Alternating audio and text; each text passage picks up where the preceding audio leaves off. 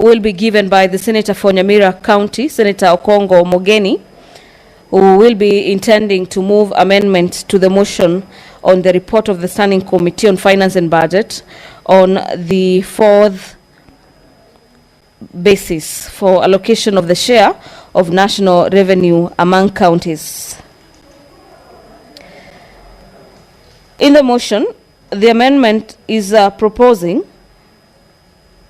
that the motion be amended by deleting the words county allocation baseline of 387.4 billion shillings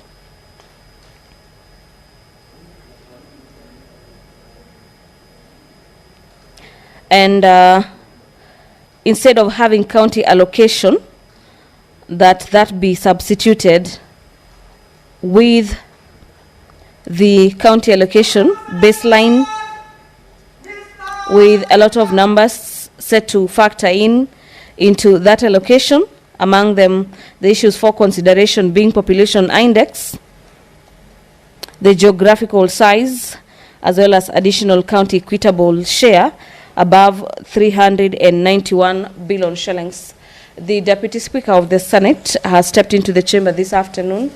Allow me to hand over for this live broadcast. Enjoy your viewing. Tuombe. Ewe Mwenyezi Mungu, twakusihi tutazame kwa neema nyingi na baraka sisi watumishi wako ambao umeridhika kutuita kwa nyadhifa za uongozi katika jamhuri hii yetu. Kwa kuomba utujalie tuyatende na kufikiria mambo yote yatakayofikishwa mbele yetu kwa njia ya haki na uaminifu ili kustawisha amani, ufanisi na heri ya nchi hii yetu na wale ambao acha zao umezikabidhi mikononi mwetu. Amina.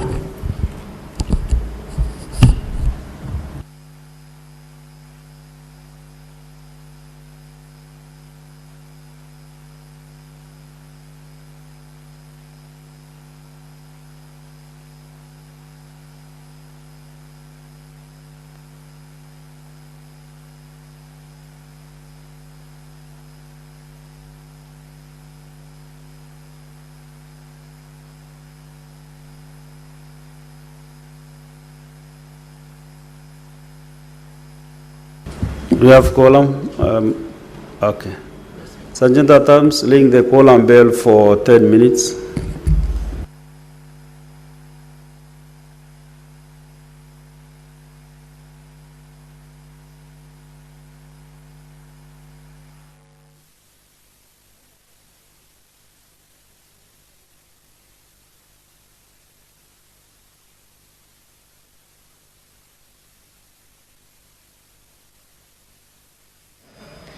Well, the business of the Senate has officially commenced this afternoon, and we are waiting for quorum for the House to begin the consideration of business and agendas before it. But before I handed you over, I was just taking you through the highlights in the order of business, where there is an amendment to the report of the Standing Committee on Finance and Budget on the fourth basis for allocation of the share of the national revenue among counties. This is a notice of motion by the Senator for Nyamira, who is seeking to amend the report of the Standing Committee on Matters Finance and Budget. And interestingly, in the proposed amendment, the Senator for Nyamira is seeking to have the 2 billion shillings shared equally among the identified 11 counties.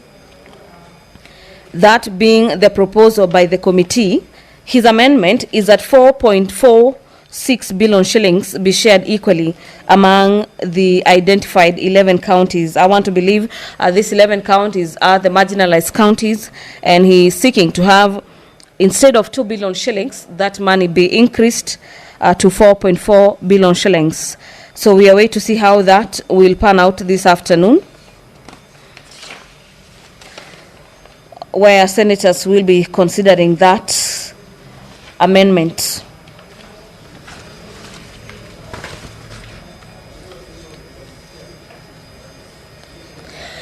The chairperson, Standing Committee on Justice and Legal Affairs, as well as Human Rights, will be tabling the report of the Standing Committee on the Senate Justice and Legal Affairs and Human Rights following the committee's inquiry, after a petition to the Senate was made by Ms. Christine Njoki Mweru regarding incomplete investigations and failure to arrest as well as prosecute suspects involved in the abduction and disappearance of Mr. Joshua Gishuki Mwangi. The Conflict of Interest Bill, National Assembly Bills number 12 of the year 2023, is also set to feature in the Senate this afternoon, where the Senate Speaker is set to pass the message from the National Assembly in regards to the Conflict of Interest Bill, National Assembly Bills number 12 of the year 2023. The National Assembly has already considered the Conflict of Interest Bill that had some reservations from the President and passed the bill and agreed with the memoranda from the President that highlighted a number of issues that needed some sort of streamlining in the Conflict of Interest Bill. So that communication will be made at the Senate this afternoon.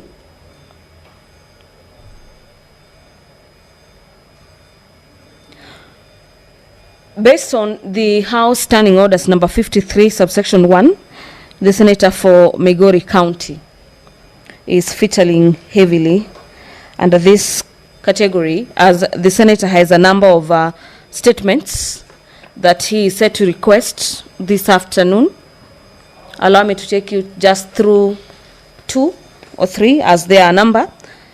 He is set to seek a statement from the Standing Committee on Matters Land, Environment and Natural Resources regarding the formation of the Mining Police Unit to help curb illegal mining, smuggling and money laundering within the mining sector.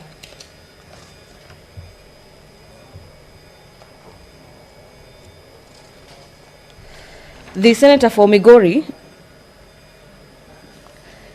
in this statement, wants the committee to address the legal basis and justification for the formation of the Mining Police Unit, how the roles played by the Mining Police Unit differ from those of the Inspectors of Mine under the Mining Act. The committee is also required to establish the number of cases handled by the unit so far. This is the Mining Police Unit, including details on the quantity of the illegally mined minerals recovered and the status of the prosecution of the responsible individuals. And finally, the measures that have been put in place to protect artisan as well as small-scale miners from harassment by officers in the Mining Police Unit. This is including details on the reporting mechanisms of such harassment. So this is a statement directed to the Committee of the Senate on Land, Environment and Natural Resources, which is required to provide answers, having looked into the issues of Mining Police Unit in areas that have that activity. The other statement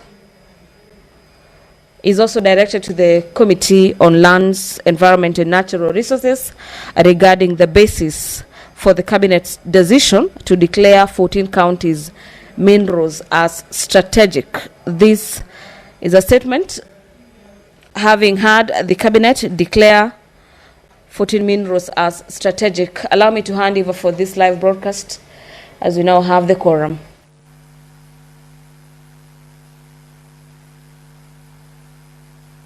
Order, Senators, can we now start our business? Order number 1, administration of oath. Next order. Order number 2, communication from the chair. Next order. Order number 3, messages.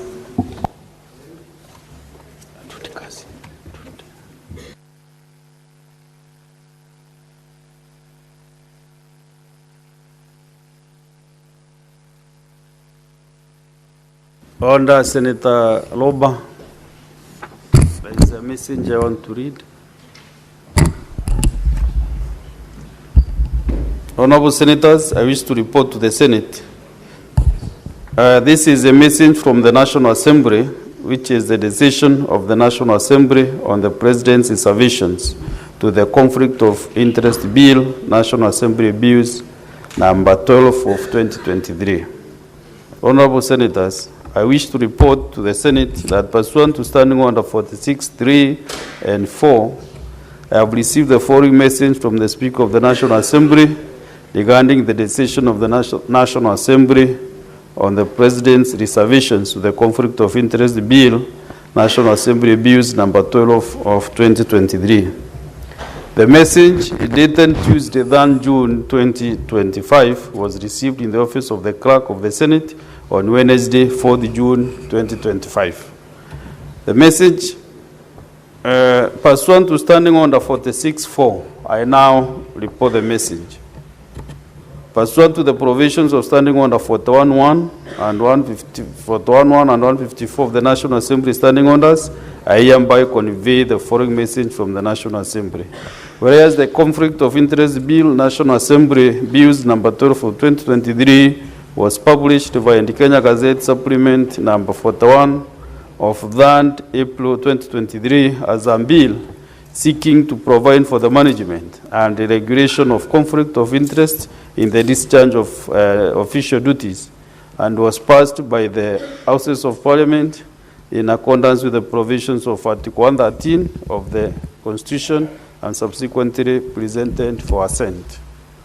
And whereas on 30th April 2025, His Excellency the President referred the bill back to Parliament for reconsideration in accordance with the provisions of Article 115 of the Constitution.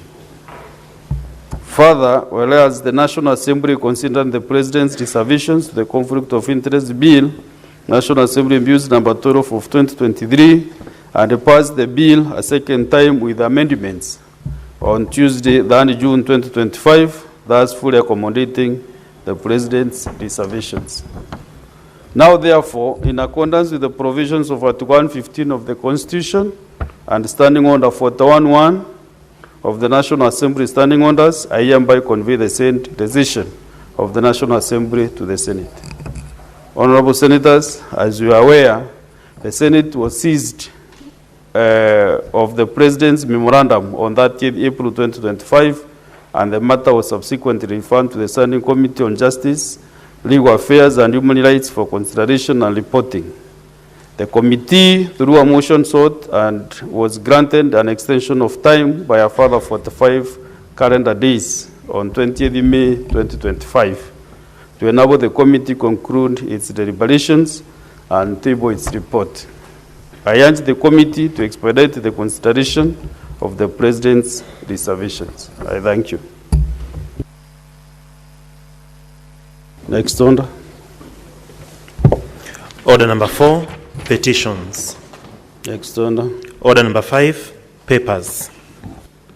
Chairperson, Standing Committee on Justice, Legal Affairs and Human Rights. Or a member of the committee.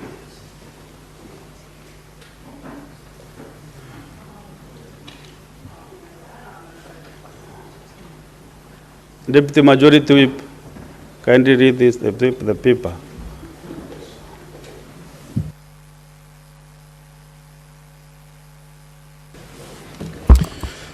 Thank you, Mr. Speaker, sir.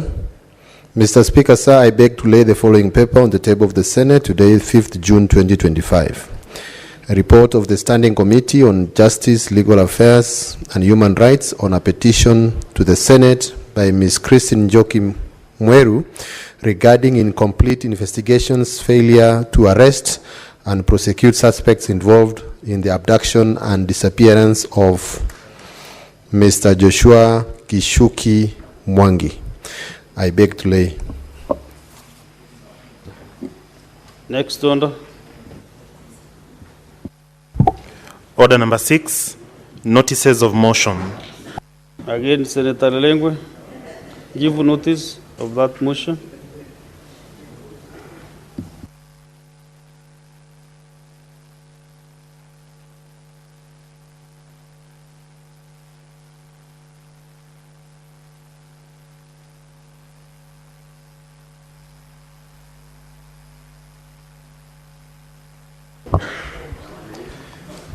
Mr. Speaker, sir, I beg to give notice of the following motion, that the Senate adopts the report of the Standing Committee on Justice, Legal Affairs and Human Rights on a petition to the Senate by Ms.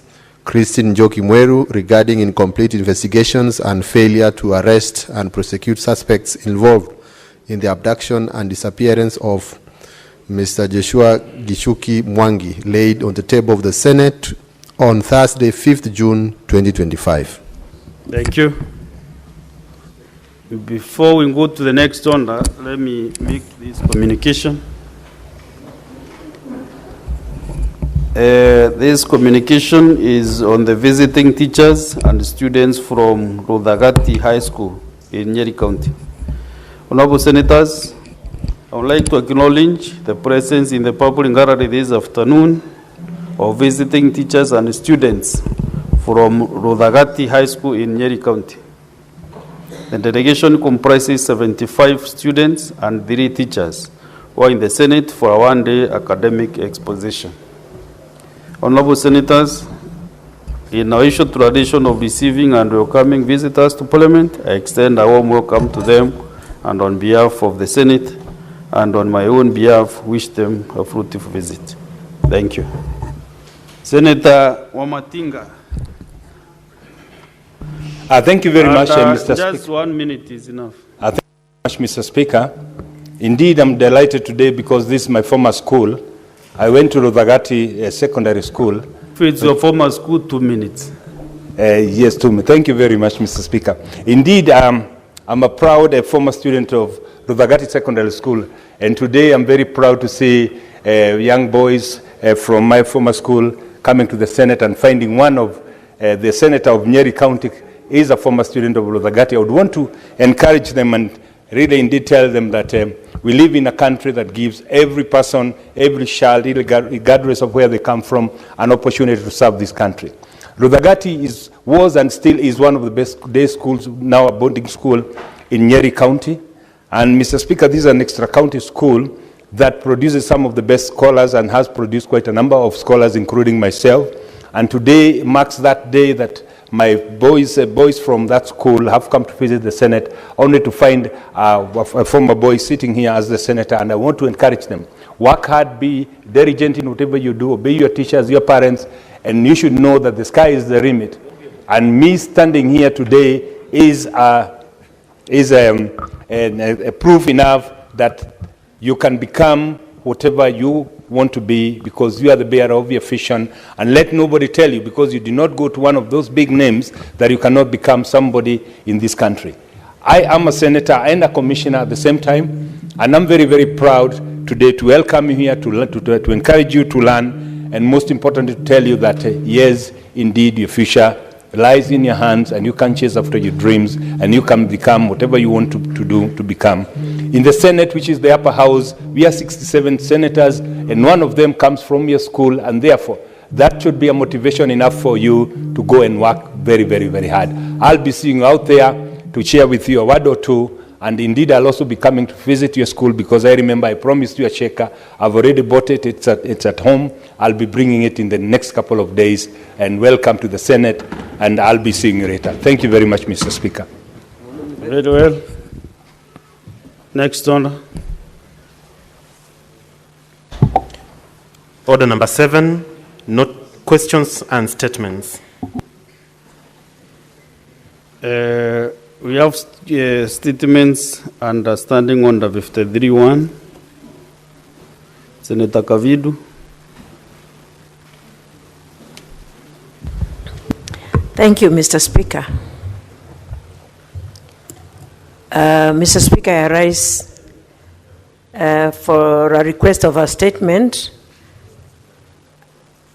on the state of stadiums facilities in Machakos County. Mr. Speaker, I arise pursuant to Standing Order 53-1 to seek a statement from the Standing Committee of Roads, Transportation and Housing on the matter of county-wide concern, namely the construction of stadiums in Machakos County.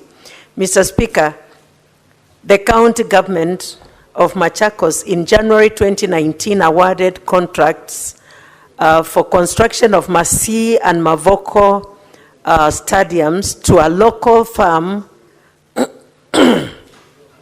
at contract sums of 49,479 and 44,616,635 respectively. However, construction works at both stadiums stalled, and the contractor abandoned the respective site.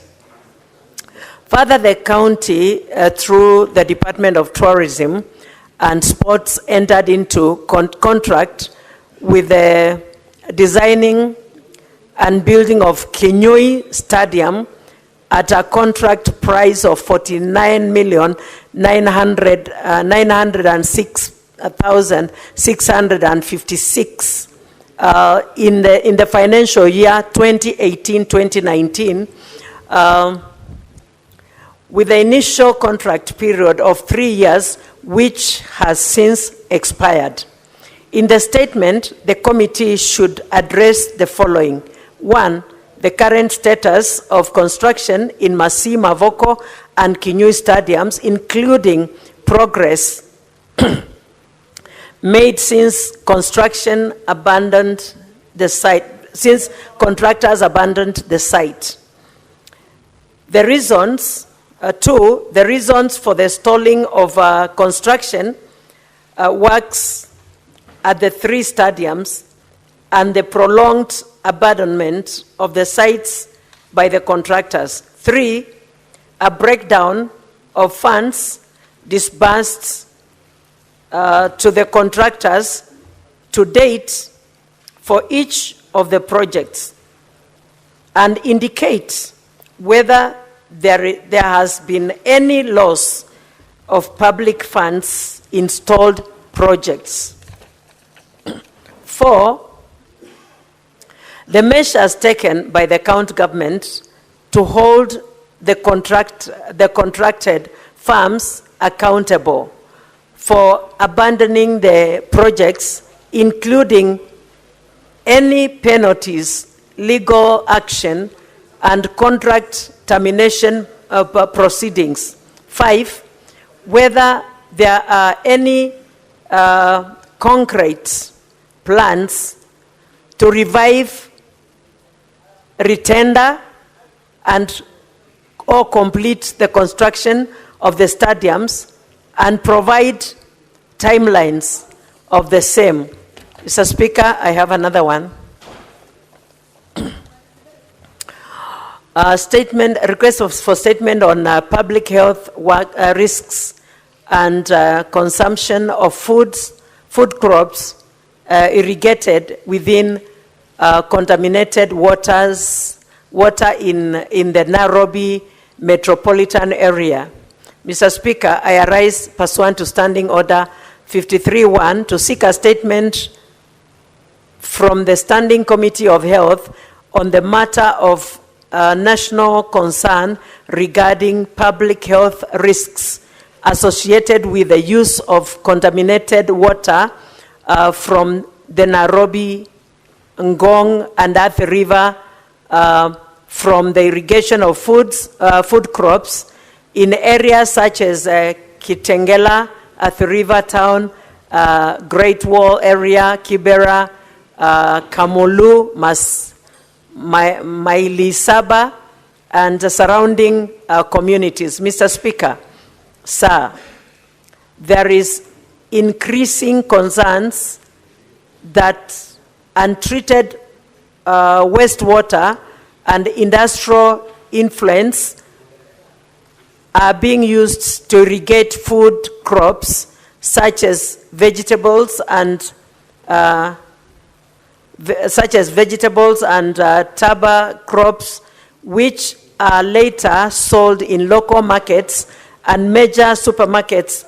Studies have indicated the presence of heavy metals like lead, cadmium,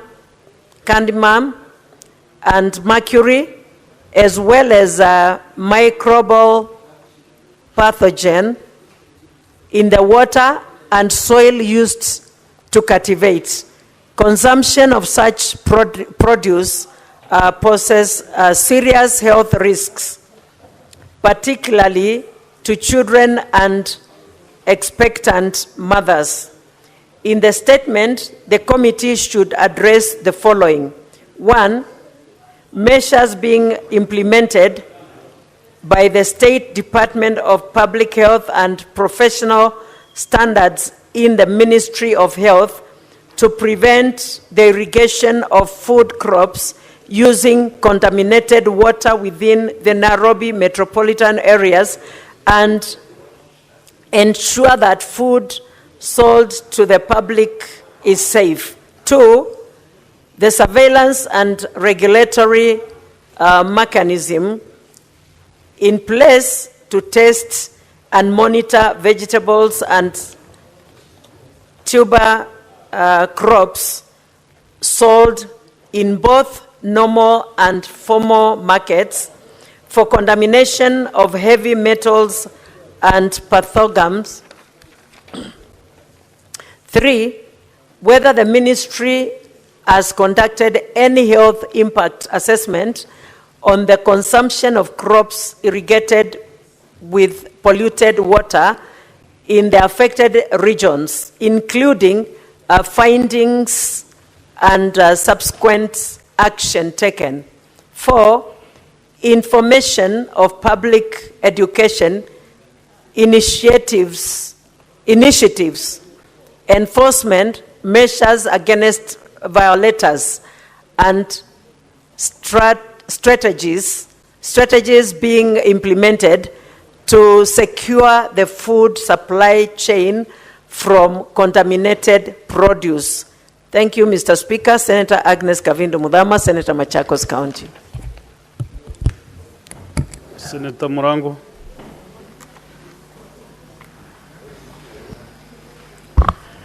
Thank you, Mr. Speaker. I have 2 statements arising from a crisis in Kirinyaga County.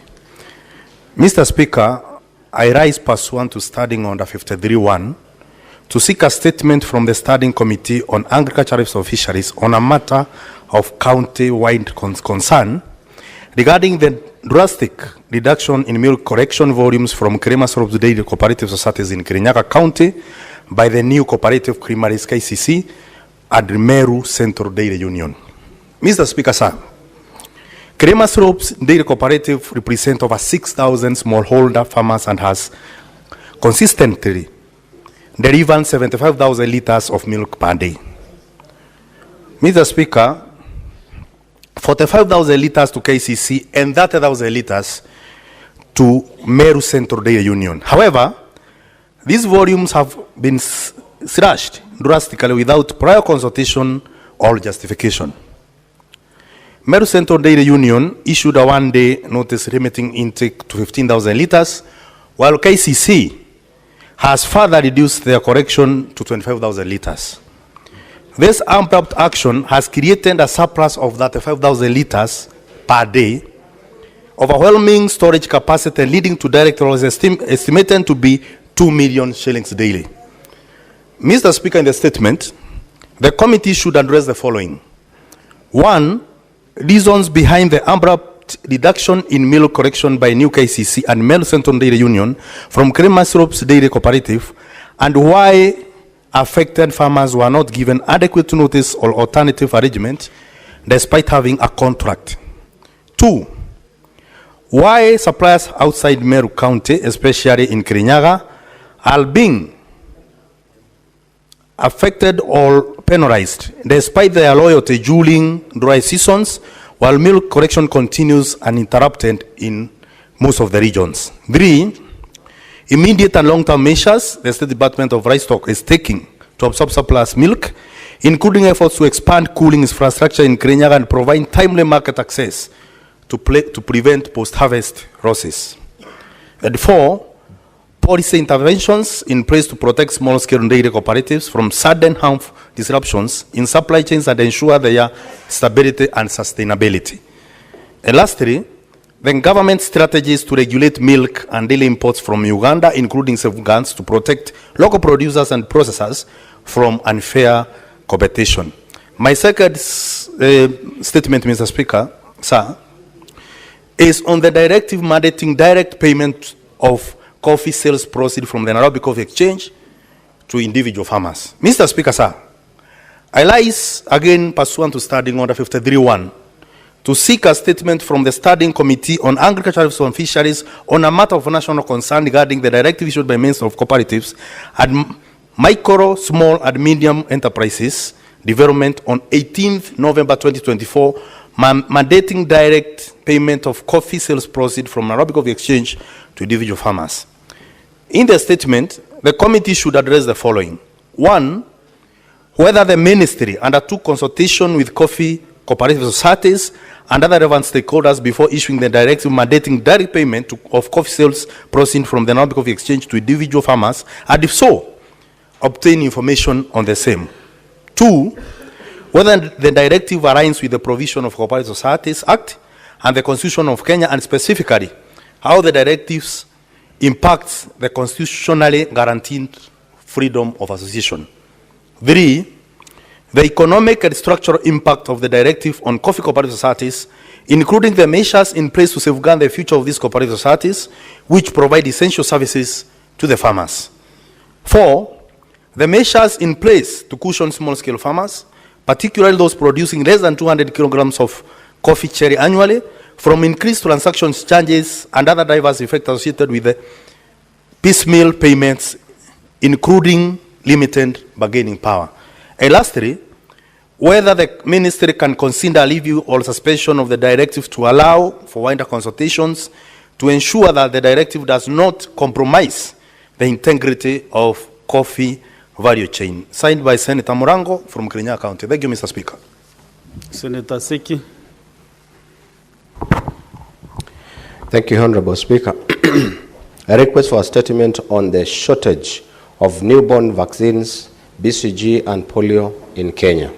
Mr. Speaker, sir, I rise pursuant to Standing Order 53.1 to seek a statement from the Standing Committee on Health regarding the ongoing shortage of essential newborn vaccines, specifically Besiles, Calmet, Quirin, BCG, on oral polio vaccines, or OPV, in medical facilities across the country. Mr. Speaker, sir, this is growing concern among parents and healthcare providers over the persistence and availability on those critical vaccines. The BCG and OPV vaccines are vital in protecting infants against tuberculosis and polio, which continues to pose significant health risks, particularly in vulnerable communities. The current shortage undermines the national immunization program and threatens to reverse decades of progress in child health and disease prevention.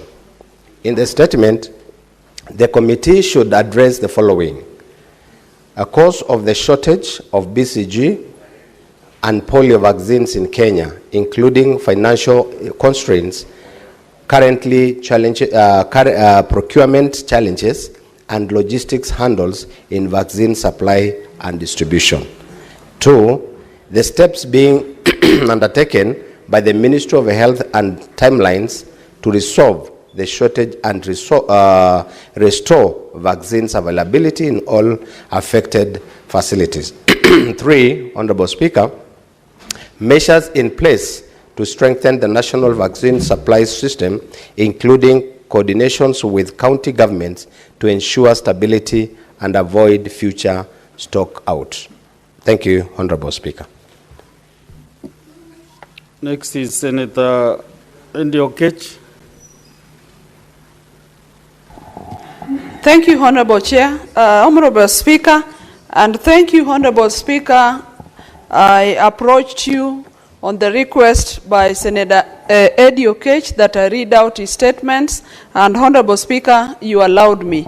And Honorable Speaker, with that approval, allow me to read the 4 statements by Senator Eddie Okech in the order in which they appear. Yes, proceed. Honorable Speaker.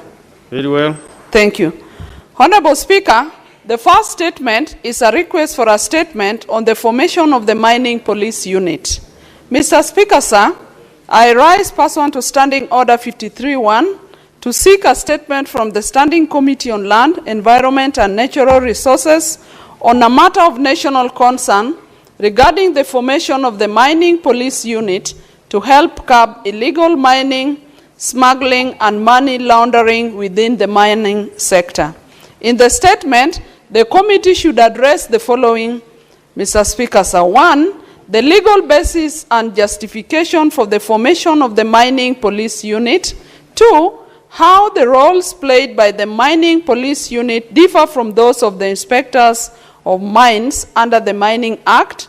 3, the number of cases handled by the unit so far, including details on the quantity of illegal mined minerals recovered and the status of prosecution of the responsible individuals. 4, the measures in place to protect artisanal and small-scale miners from harassment by the officers in the Mining Police Unit, including details on the reporting mechanism for such statement. Senator Eddie Okech, MP, the Senator for Migori County. Statement 2, Honorable Speaker, is a request for a statement on the basis for the Cabinet decision to declare 14 minerals as strategic. Mr. Speaker, sir, I rise pursuant to Standing Orders 53-1 to seek a statement from the Standing Committee on Land, Environment and Natural Resources on a matter of national concern regarding the basis for the Cabinet decisions of the 3rd October 2023 to declare radioactive mineral uranium, thorium, nickel, cobalt, graphite, tantalum, tin, lithium, severite, coltan, chromite, niobium, rare earths, and copper as strategic minerals. In the statement, the committee should address the following: details on the advisory by the Mineral Rights Board and the Director of Mines on the declaration of the 14 minerals as strategic, including an assessment of the legal standing of the advisory by the Mineral Rights Board, which did not have a chairperson appointed by the President at the time. 2, whether the Cabinet Secretary for Mining, Blue Economy and Maritime Affairs also relied upon input from other relevant stakeholders in his request to the Cabinet to declare the minerals as strategic, and if so, provide details on such input. 3, the alternative livelihood options and other support mechanisms the government has provided to miners adversely affected by the declaration of the 14 minerals as strategic. Senator Eddie Okech, MP, Senator for Migori County. The third statement, Mr. Speaker, sir, is a request for a statement on the status of artisanal and small-scale mining in Kenya. Mr. Speaker, sir, I rise pursuant to Standing Order 53-1 to seek a statement from the Standing Committee on Land, Environment and Natural Resources on a matter of national concern regarding the state of artisanal and small-scale mining in Kenya. Mr. Speaker, sir, in October 2023, the Cabinet vacated the prohibition on mining using traditional and customary means, also known as artisanal mining. However, little progress has been observed in onboarding artisanal and small-scale miners into the mainstream mining sector in Kenya. In the statement, the committee should address the following. 1, the number and identities of artisanal and small-scale miners granted mining permits in each county since the Cabinet decision to vacate the prohibitions on artisanal mining. 2, the actions being taken by the government to address delays in processing applications for artisanal mining permits. Lastly, the delay in operationalization of the already gazetted 32 artisanal mining committees, which are supposed to advise on grant, renewal, and revocation of artisanal mining permits in respective counties. Senator Eddie Okech, MP, Senator for Migori County. And Honorable Speaker, the last statement is a request for a statement on the failure by the government to publish the findings of the aerial geophysical survey of Kenya's mineral resources. Mr. Speaker, sir, I rise pursuant to Standing Order 53-1 to seek a statement from the Standing Committee of Land, Environment and Natural Resources on a matter of national concern regarding the failure by the government to publish the findings of the aerial geophysical survey of Kenya's mineral resources undertaken between the year 2019 and 2022. In the statement, the committee should address the following: the findings of the aerial geophysical survey of Kenya's mineral resources undertaken between 2019 and 2022. 2, the reasons for the failure by the government to publish the said findings, including the projected timelines for such publication. Senator Eddie Okech, MP, Senator for Migori County. Thank you, Mr. Speaker, sir.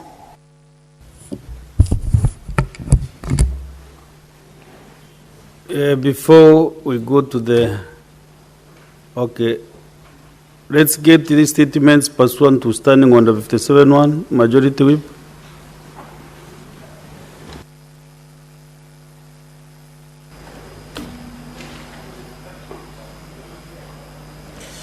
Thank you, Mr. Speaker. Mr. Speaker, on behalf of the Leader of the Majority, I rise pursuant to Standing Order 57-1 to hereby present the business of the House in the week commencing Tuesday, 10th June 2025.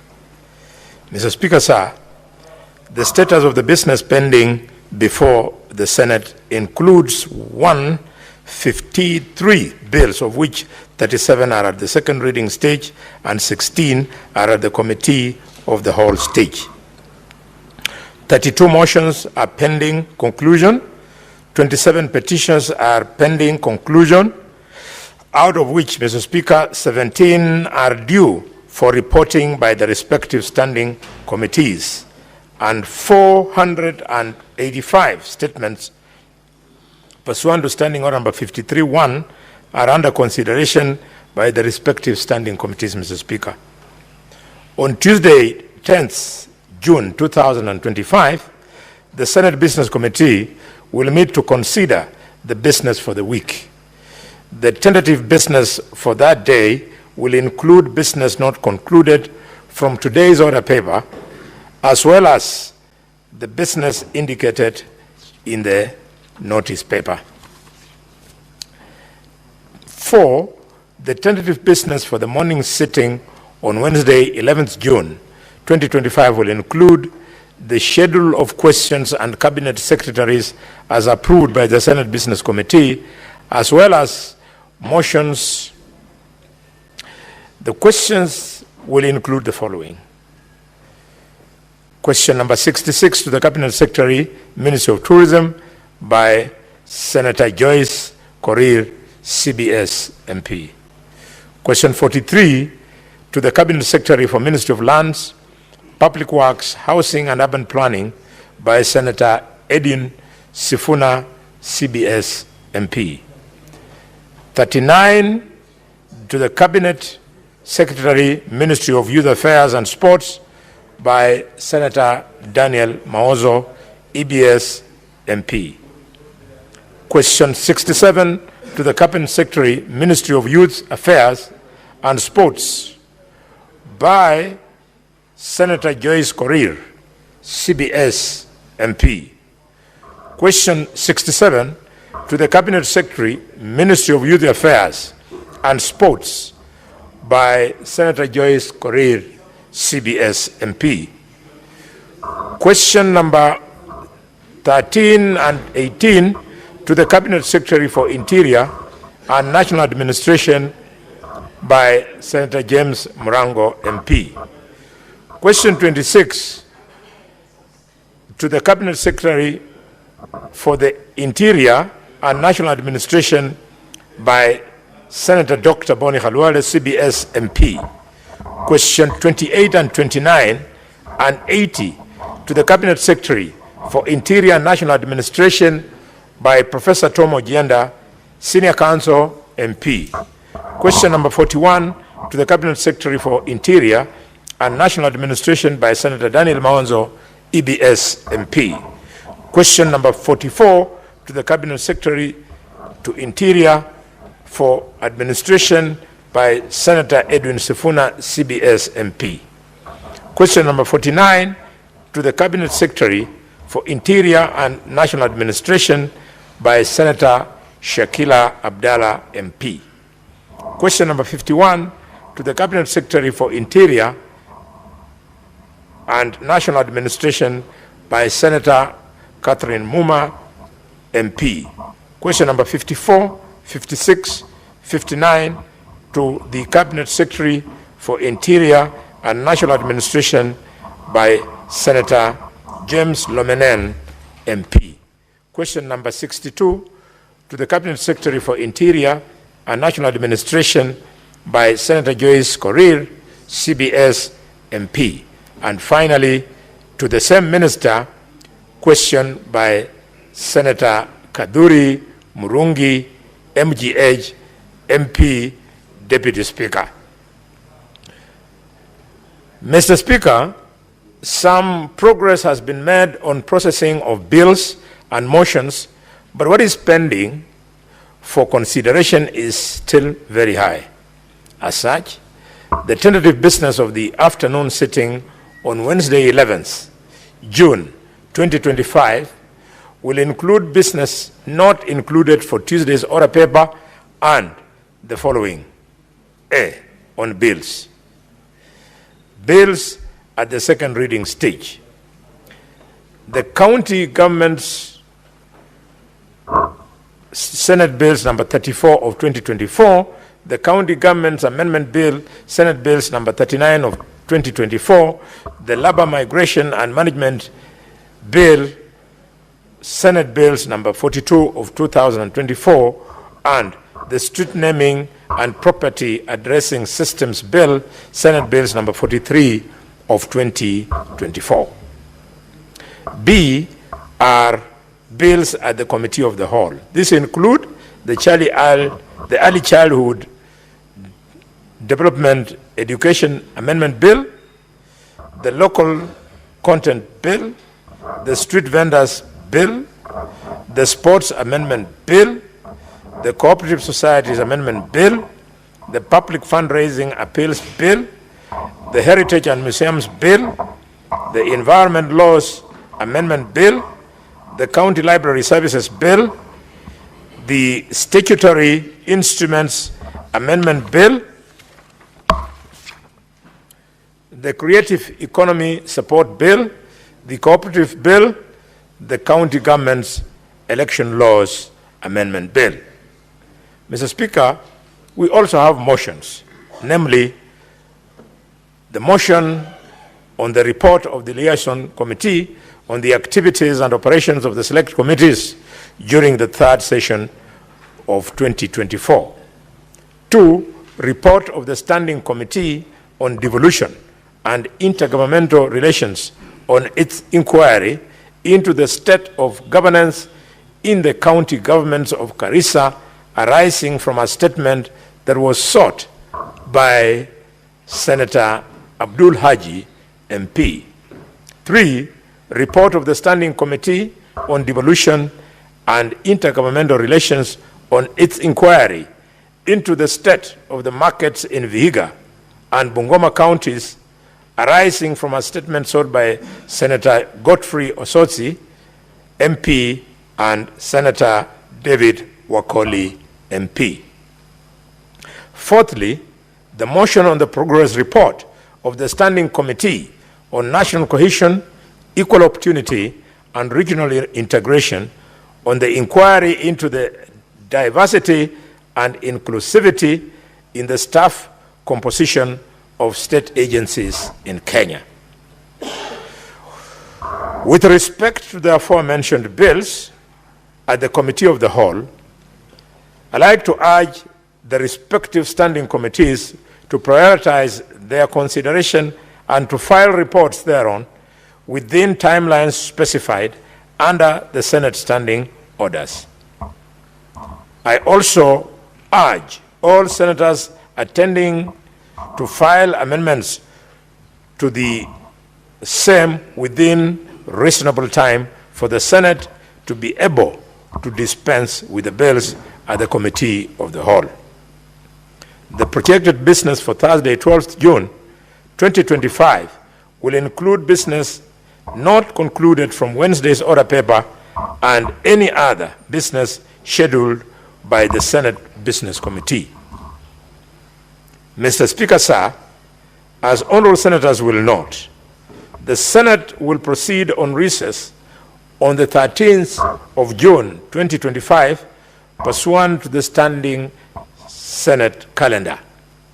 As such, I will move a motion of adjournment on the 12th of June 2025 for the Senate to adjourn until the next part of the session.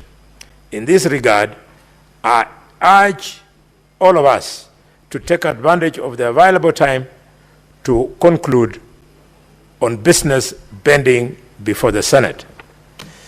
Mr. Speaker, in a small addition, we, the members of the Senate Committee on Finance and Budget, feel truly constrained by this calendar. We have requested, Mr. Speaker, that the chairman requests your committee to ensure that the calendar should be sensitive to the constitutional timelines. Mr. Speaker, I thank you and hereby lay the statement on the table of the Senate today, 5th of June, 2025. Why is the senator of... Yes, Senator Enoch.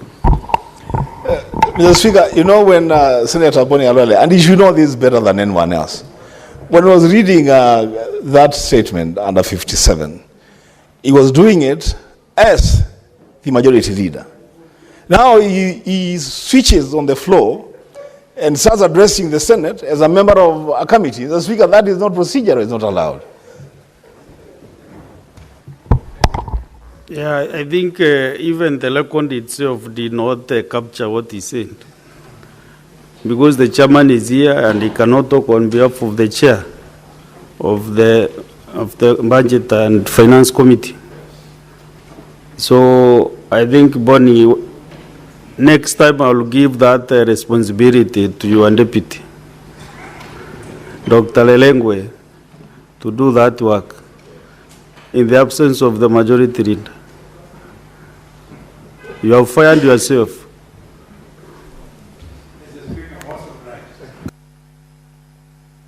Now, on my screen, there are several requests. So, is it to make a comment brief on the statements, or to you are queuing for order number 9, which I know it has a lot of attention? Senator Mondigi Alexander Munyi. 2 minutes, kindly. Okay, Bwana Speaker, ni asante kwa kunipa ruhusa niweze kuchangia statement ambayo imeletwa na Senator wa Kirinyaga, Senator Murango, kuhusu mambo ya masiwa. Mambo ya masiwa iko katika kilimo na katika kamati ile niko ya agriculture. Lakini mambo ya ajabu, Bwana Speaker, wakulima wanaumia sana, wale wanalima wako na ng'ombe na pia kukamua ng'ombe na pia na mbuzi na kuuza masiwa KCC. Kwa wiki kadhaa kumetokea kisanga na vita nyingi katika kaunti ya Embu na kaunti zile zingine. Wakati ulikuwa nalia masiwa iweze kupata pesa ile inapatikana na rais wa Kenya na pia CS wa cooperative alikuwa asema masiwa itatoka shilingi 50 pa 1 liter. Lakini mambo ya ajabu, na sisi tulikuwa nang'ang'ana hata mkulima aweze kupunguziwa mambo ya chakula ya ng'ombe na pia na dawa siweze kurudi chini, ndio mkulima aweze kufaidika na bei. Bwana Spika, saa hii ukienda mlima kuna maziwa ama kuna zile zingine sote, aswa mahali najua Embu, Kirinyaga, Tharaka Nithi, Meru na pia Nyeri, unakuta maziwa imeleta shinda KCC. Ayo mahali maziwa inawekwa hawaeti kusukua, maziwa imekuwa nyingi, bei ilikuwa juu. Bwana Spika, ni kitu ya usuni kwa sababu wakulima wa maziwa wanateseka, wanaumia.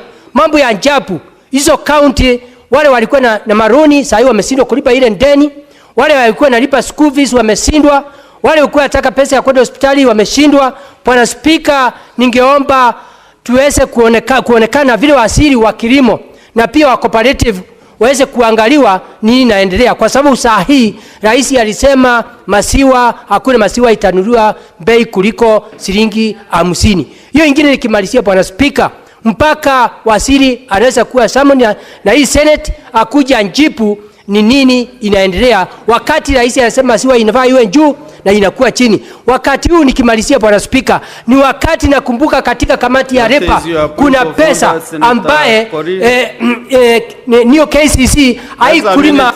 Senator Mudigi, samani kidogo tupate hoja ya nidhamu.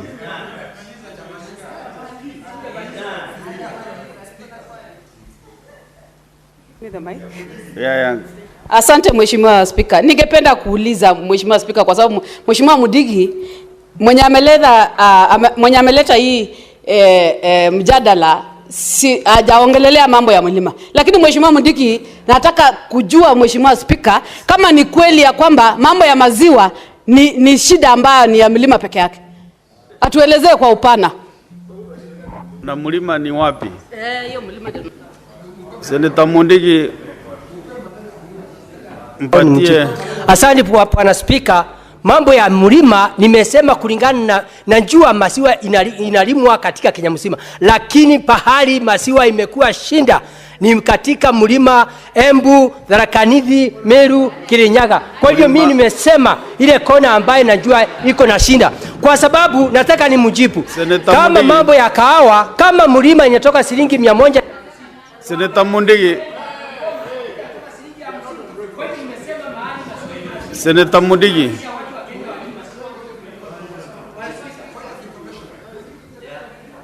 Senator Mudigi ameuliza mlima ni wapi? Ni mlima upi unaita mlima? Kwa mlima katika Kenya kuna regions.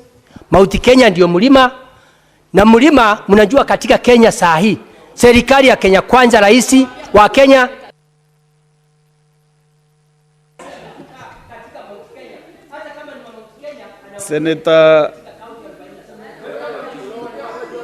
Senator Maruma Jones Mashusha. Senator Maruma.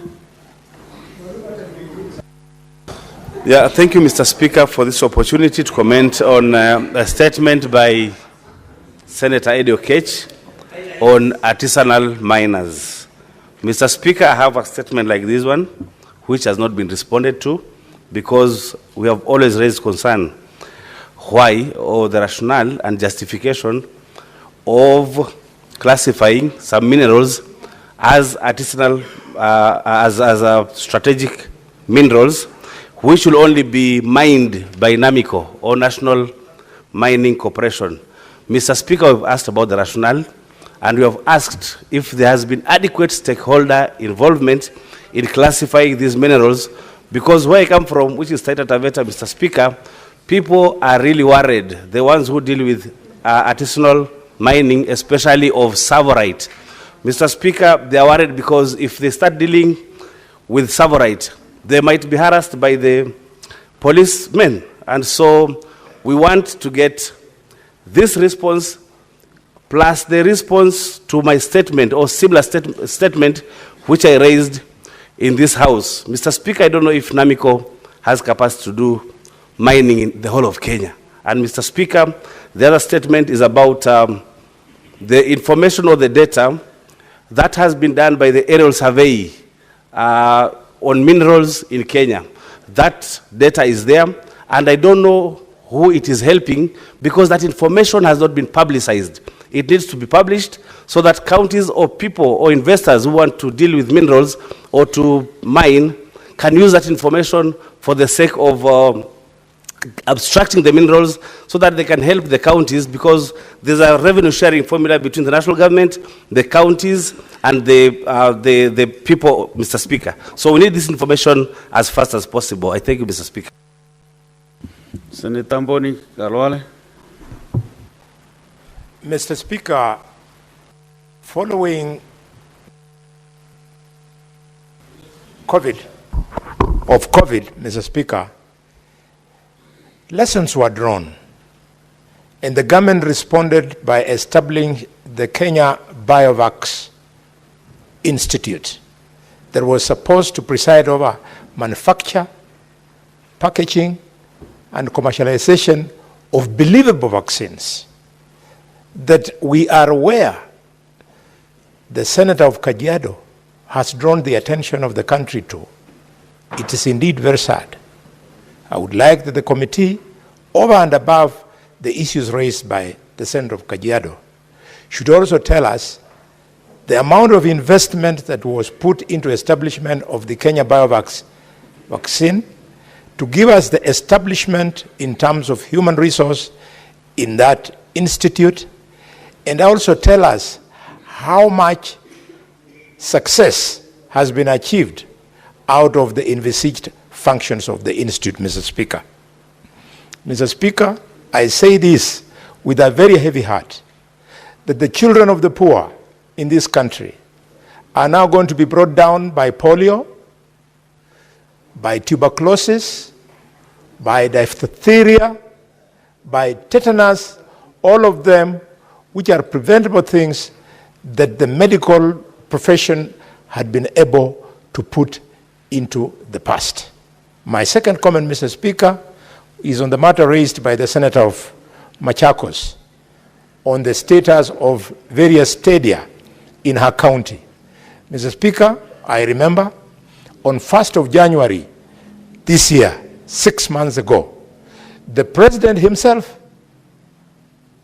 toured Buhungu Stadium, invited the contractor to come on site, and Mr. Speaker, it's amazing.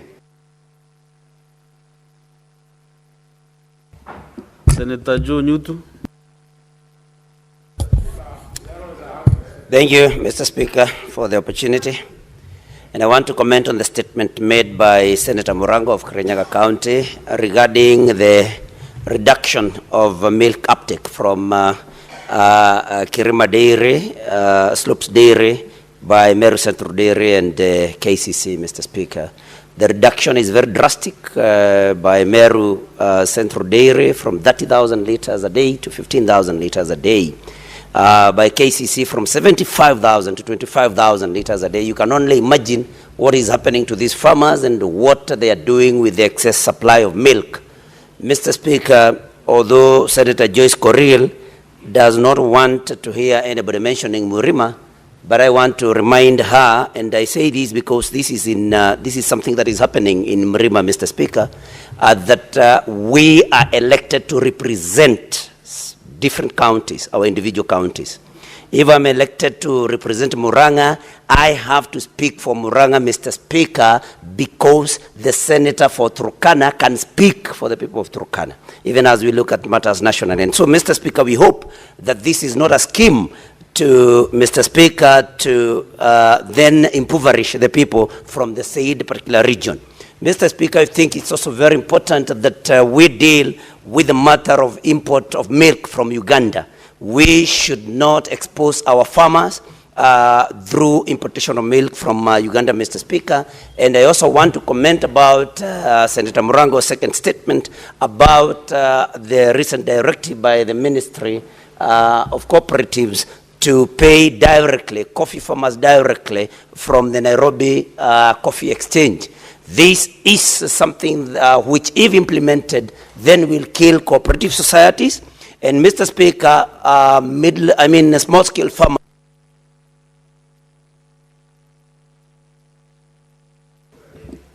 Honorable Senators, you should train your eyes on the lights so that you don't overrun the highway. Senator Wambua Enoch. I thank you, Mr. Speaker. Mr. Speaker, I stand to make a comment on the statement raised by Senator Agnes Kavindu of Machakos concerning the construction of stadiums in Machakos County. Mr. Speaker, there's a reason why the Constitution of Kenya 2010 and the fourth schedule, part 2, allocates the role of construction of stadiums to county governments. Mr. Speaker, this is because it is expected that the county governments will make investments in stadiums to tap into the talent of local youth and make them be engaged in profitable ways, Mr. Speaker. Mr. Speaker, when the committee that will be seized of this statement, if they choose then to visit those 2 stadiums identified by Senator Kavindu, I will request that the committee should extend that visit to cover the region, the Lower Eastern region, the Speaker, of Kitui, Makueni, and Machakos. I say this, Mr. Speaker, because since independence, these 3 counties have never had what you would call a real stadium, where our youths can exploit their talents, where we can have serious meetings with the Speaker. And now, Mr. Speaker, because I know where we are going, we will need to have a lot of these spaces where a lot of these things, including public meetings, can happen. It will be important to have these counties invest more of their resources in constructing stadiums in that region. The Speaker.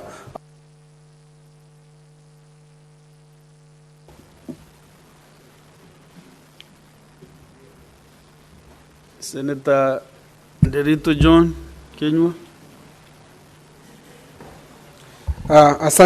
Asanti Bwana Spika kunipa fursa hii.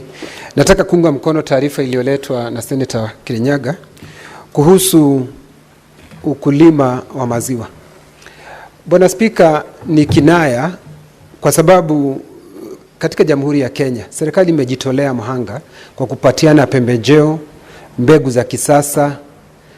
Hata unapata kuna mambo mengi kumeletwa, wanakumbatia mambo ya teknolojia. Lakini ni jambo la kuvunja moyo sana ikiwa mambo hayo yatafanywa alafu unapata shirika ambayo imepewa jukumu la kushughulikia mambo ya wakulima hasa maziwa, unapata wafanyi yale ambayo yanapaswa kuwa yakifanywa, kwa sababu wakulima wakati huu ukitembelea sehemu ya Kirinyaga, uende sehemu ya Nyeri, uende Laikipia, wale wanaotegemea mifugo hasa ukulima wa ng'ombe kwa sababu ya maziwa, ilhali maziwa yao haiwezi ikapokelewa yote na KCC. Bwana Spika, vile vile baada ya kupokelewa na KCC hata kulipwa inakuwa ni jambo gumu sana, inakuwa ni kizungumkuti Bwana Spika.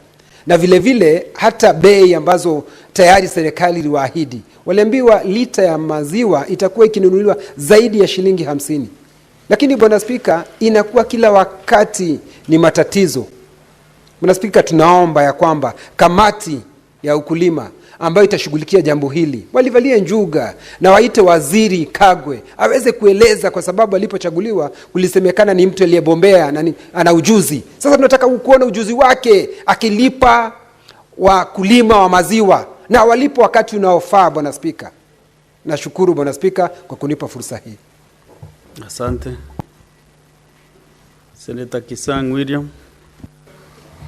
Thank you, Honorable Speaker. I also want to make comment on the new KCC issue. Honorable Speaker, the Kenya Kwanza government did a lot of campaigns across the country to encourage our farmers, especially dairy farmers, Honorable Speaker, and we were promised of 53 shillings. Kajwang.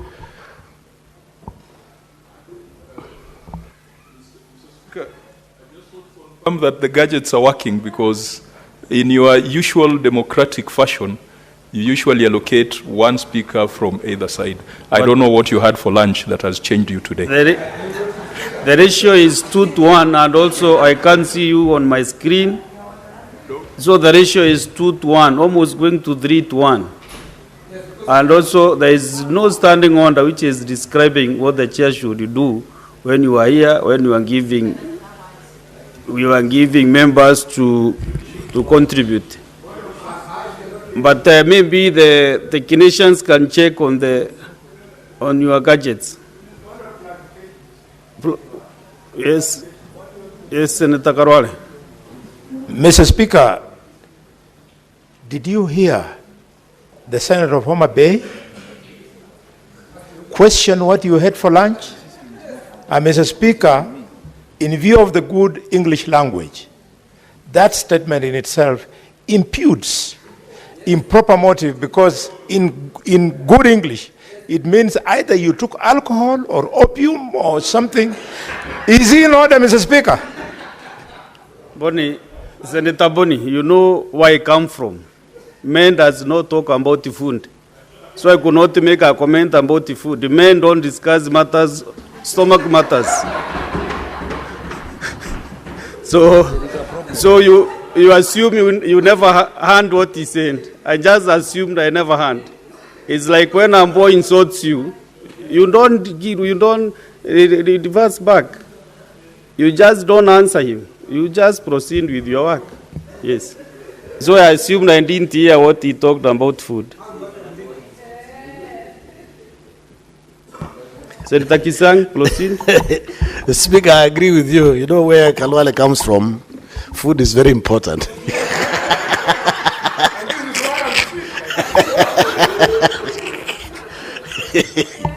They talk about food all the time. Honorable Speaker, it is so sad that the new KCC and the SACCO in Meru decided to drastically reduce the amount of milk they are taking from the farmers, from 75,000 to 25,000. Honorable Speaker, you know milk is perishable. It is not, it's not dry food that you can store in your house for long and then submit later on, Honorable Speaker. We need to actually call the CS and the CEO for KCC to come to the house and answer, because our farmers are suffering and we are encouraging them, to have good dairy cows that produce up to 40 kilos a day. And then when they work hard, we stop picking the milk from them, Honorable Speaker. This is not right, and the CS should come to the house and explain what is happening. Because we have shortage of milk. Why are we importing milk from Uganda?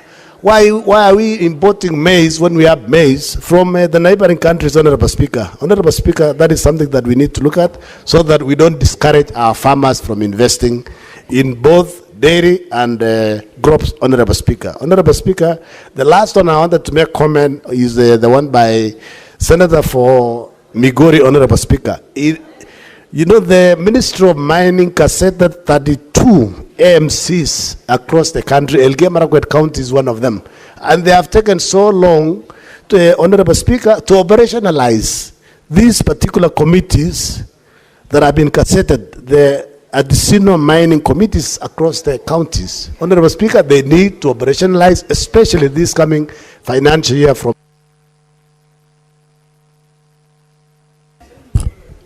Senator Beatrice Akinyi, Ogola.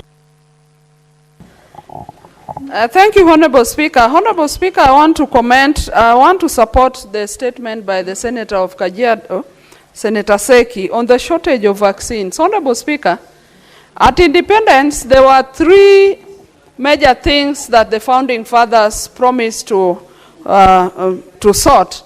And one of them was disease, ignorance, and hunger, Honorable Speaker.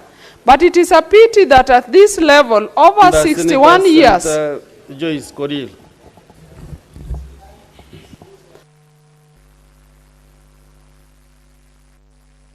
Honorable Speaker, it is unfortunate that after over 60 years of independence, we still want to talk about tackling disease.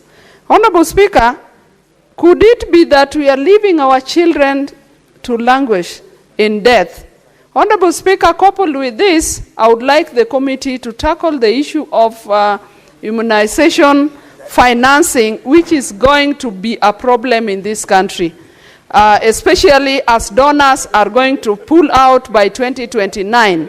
Then if we have a problem by now, it means we are running into a worse problem, Honorable Speaker. Secondly, I want to support the statement by Senator Eddie Okech on the concerns regarding the state of small-scale mining in Kenya. Honorable Speaker, just few weeks ago, we saw over 5 women died at some of those mining sites. We would like the ministry to also state what safety measures they are putting in place for the artisan miners and the small-scale miners all over in the mining areas. And lastly, Mr. Speaker, sir, I would like to comment on the aerial survey of minerals that was done. Why do we find it easy to know where our natural resources, like wild animals, like forests are, and somebody does not want to make public the inventory on minerals, Honorable Speaker? Kenyans deserve to have this knowledge, and so, Honorable Speaker, I support those statements, and Honorable Speaker, there should be a lot of concern on those. Thank you, Mr. Speaker, sir. Senator Okenyuri Esther. Thank you, Mr. Speaker. I wish to first begin by supporting the statement by Migori Senator Eddie on minerals. Mr. Speaker, the statement that has been brought by Senator Eddie is quite weighty, and I would wish the committee that is going to look at that statement to go deeper and even tell us what the body that has been conducting the geological survey looks at for them to term certain minerals strategic, because for a long time I have been thinking soapstone and whatever that surrounds it from Kisii is strategic enough to convince the Ministry of Government to support that as an economic activity, because it goes a long way in solving the economic needs of the locals and the country, Mr. Speaker. So I would really be worried that we are actually put aside by having certain minerals termed strategic. I would really want the committee to shed light so that I'm able to know if indeed we fall below that par, or it's a means of sidelining soapstone miners and covers, Mr. Speaker. And secondly, I also wish to support the statement by Senator Seki. Mr. Speaker, we have had rampant shortages in terms of vaccines, and I do not know why this is recurring. Is it poor forecasting that we are having, or there is general lapse in the ministry, Mr. Speaker? We do not want to lose our children. They are the future of this country. But it's sad that most of them are now missing out on these very crucial vaccines, which are very crucial at their developmental stages, Mr. Speaker. And we actually should not even be talking about this right now. The ministry needs to stop every other thing and address the matter on infant vaccine. Senator Moses Kajwang. Mr. Speaker, in this country, it's very difficult to know what the truth is. And when I listened to the statement by the senator from Kirinyaga about coffee and about dairy, I was very conflicted. Mr. Speaker, on Madaraka Day, the president made an address telling us how structural changes and reforms in the coffee sector have led to the direct settlement scheme, which will allow coffee farmers to get settlements within just a few days rather than a number of months.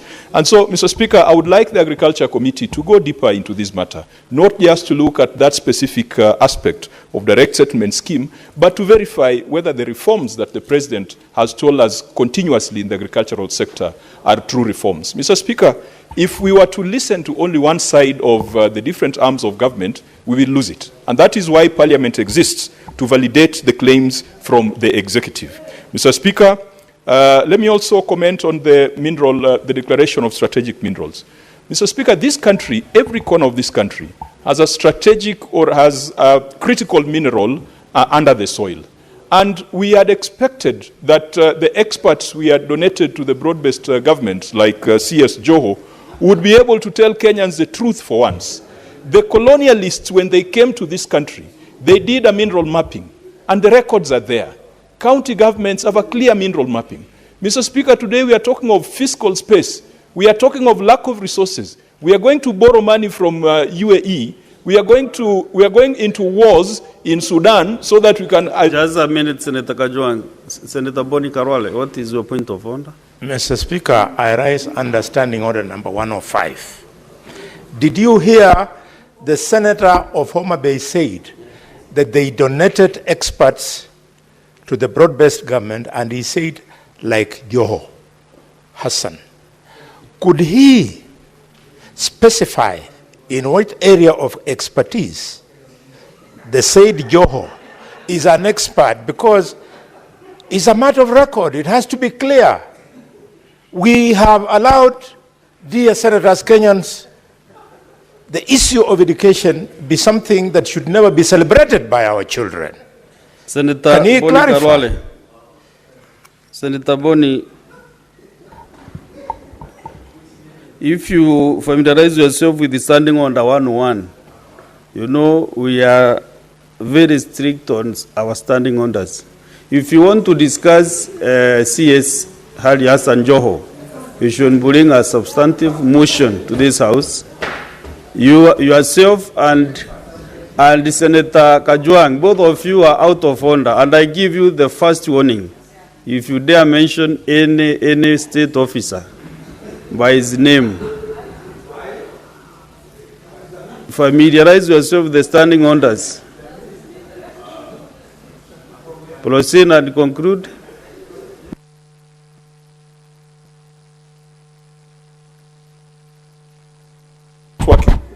Mr. Speaker, the senator from Kakamega is a renowned expert in bullfighting, and we don't challenge it, and he does not challenge it. So let us just give Joe his flowers, that he can be an expert in making sure that bling coming from our natural resources is well tapped. But Mr. Speaker, I would love that from the blue economy and from our mineral resources, if you were to exploit this, we would not be beggars.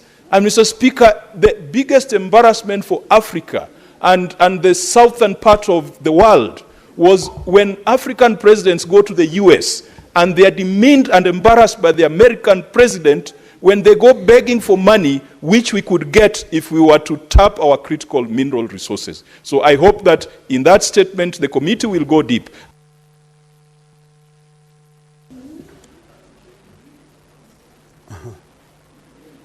We are concluding on the comments the next 5 minutes. Senator Mgatana Johnson. Thank you, Mr. Speaker. Mr. Speaker, I want to quickly comment on the aerial geophysical survey of Kenya Mineral Resources statement by Senator Eddie Okech. Mr. Speaker, there was a conference that was held in Kenya on the 26th, 27th of November 2024 after the aerial geosurvey, physical geosurvey was done, and which identified 970 mineral occurrences in Kenya. Mr. Speaker, what is surprising is that that conference was supposed to attract investment into Kenya after we discovered there are about 970 mineral occurrences in Kenya. What is surprising and what is coming from this statement is that this information has not been put up in the public domain. And the purpose for which money was spent was so that we can attract investment into this country. Mr. Speaker, the Ministry of Mining released a document saying they spent $65 million. This is about 7 billion Kenya shillings to carry out that aerial geophysical survey between the years 1919 and 2022, 2019 and 2022. So if public money was expended to the effect that we bring investment, why is the ministry having a problem with publishing this information?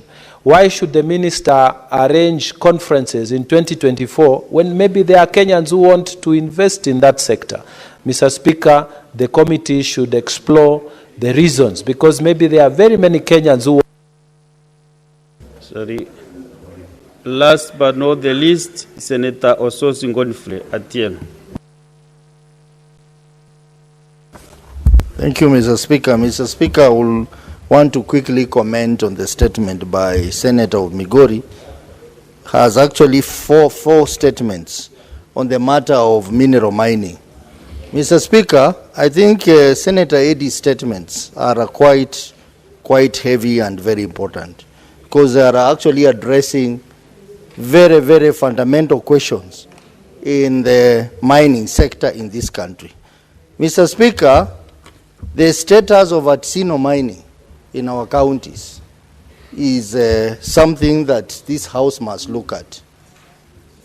We have unscrupulous foreigners who have invaded our villages, especially in Western Kenya. The Chinese, the Indians, and all manner, Nigerians, all manner of foreigners, in the name of mining gold.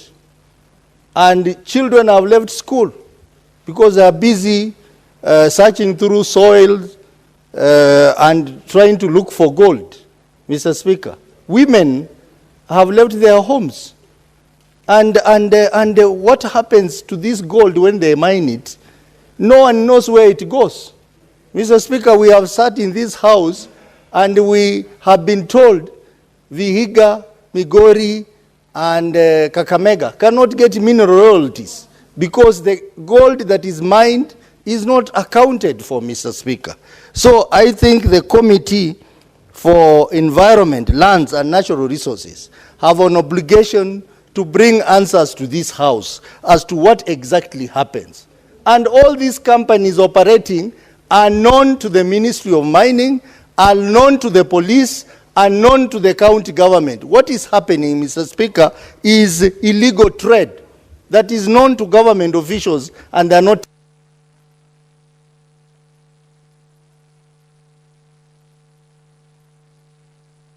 That's the end of the statement. Our next order. Order number 8, motion celebrating the life of Professor Ngugi wa Thiong'o. Resumption of debate interrupted on Wednesday, 4th June 2025. Afternoon sitting. Question to be put. Honorable Senators, the debate on this motion was concluded yesterday. And now what is remaining is putting of the question.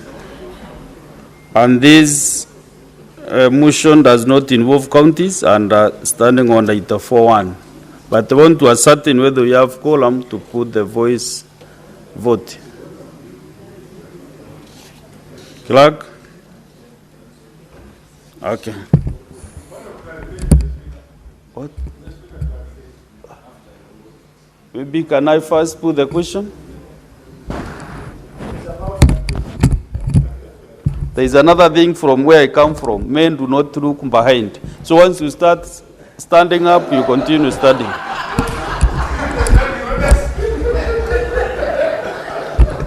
So, Honorable Senators, I put the question that aware that Professor Ngugi wa Thiong'o, a prominent author, academician, and human rights defender, globally recognized for his foundational contributions to literature and good governance, passed away on 20th May 2025 at the age of 87 years.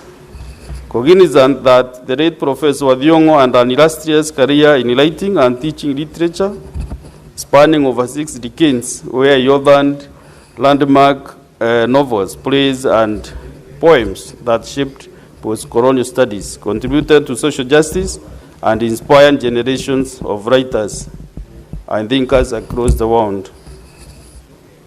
Under Senators, Senator Ososi, appreciating that the late Professor wa Thiong'o advocated for indigenous languages and indeed took up writing in his mother tongue at a time when it was not fashionable to do so. Further, cognizant that his legacy inspiring many generations towards cultural sovereignty and the power of indigenous languages in literature and thought led to numerous international awards being bestowed upon him. Now, therefore, the Senate expresses its deep sadness at the death of Professor Ngugi wa Thiong'o, reckons his celebration and appreciation of his remarkable life, and extends his heartfelt sympathy and condolences to his family, friends, and the nation. Will as many as of that opinion say aye? Aye. Will as many as of a contrary opinion say nay? The ayes have it. Honorable Senators, when the chair is upstanding, Deputy Majority Leader, when you are out there, familiarize yourself with the standing orders. When the chair is upstanding, no senator should utter even as a word. You must be attentive because the communication is sent to the honorable senators. But then when you start talking, Senator Kenywa, are you the one who is misreading? You know you are senior than Senator Keroche. Next one.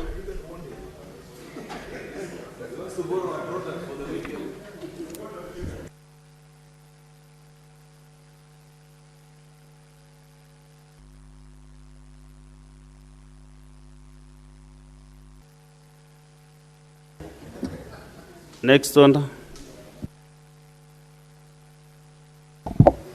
Order number 9, motion. Report of the Standing Committee on Finance and Budget on the fourth basis for allocating the share of national revenue among counties. Resumption of debate interrupted on Tuesday, 3rd June 2025. No senator was on the floor, so I'll give Senator Wambua Enoch. Did you contribute? If you didn't, then you should.